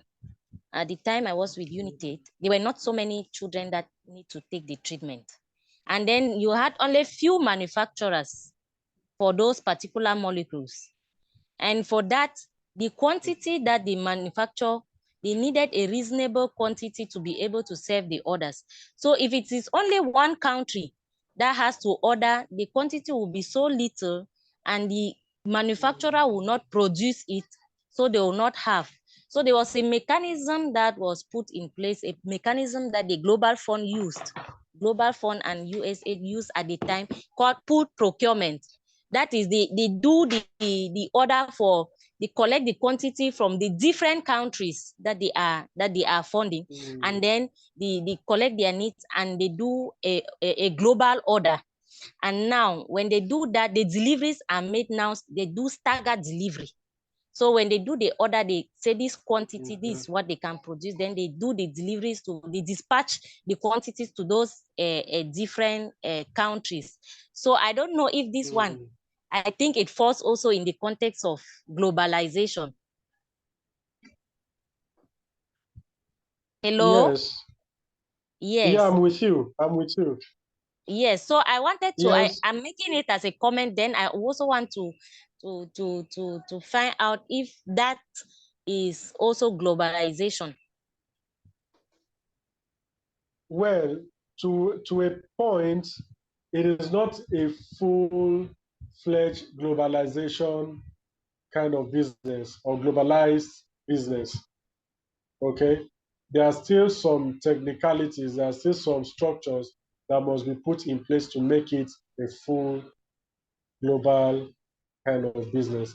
Because if you are saying it's a global business where you only have one person, and then it doesn't, what if there is a challenge in the facility that is making the production, what happens? It means that every other person will have to wait until such challenge is remedied, and then the damage would have been done. So it should be liberal. Globalization is about liberality. Globalization is liberality, so it should be liberal. That's what I can say. It's not a complete global business. Okay. So in that case, will it not be an increased risk? Like what you were talking about? It is. It is. It's an increased risk to the organization. Okay. The kind of organization that we are talking about is something that should not even be talking about only one person having to produce this and every other state, countries are depending. No. Every other state or countries depending on a particular product. It shouldn't. That's where competitiveness comes in.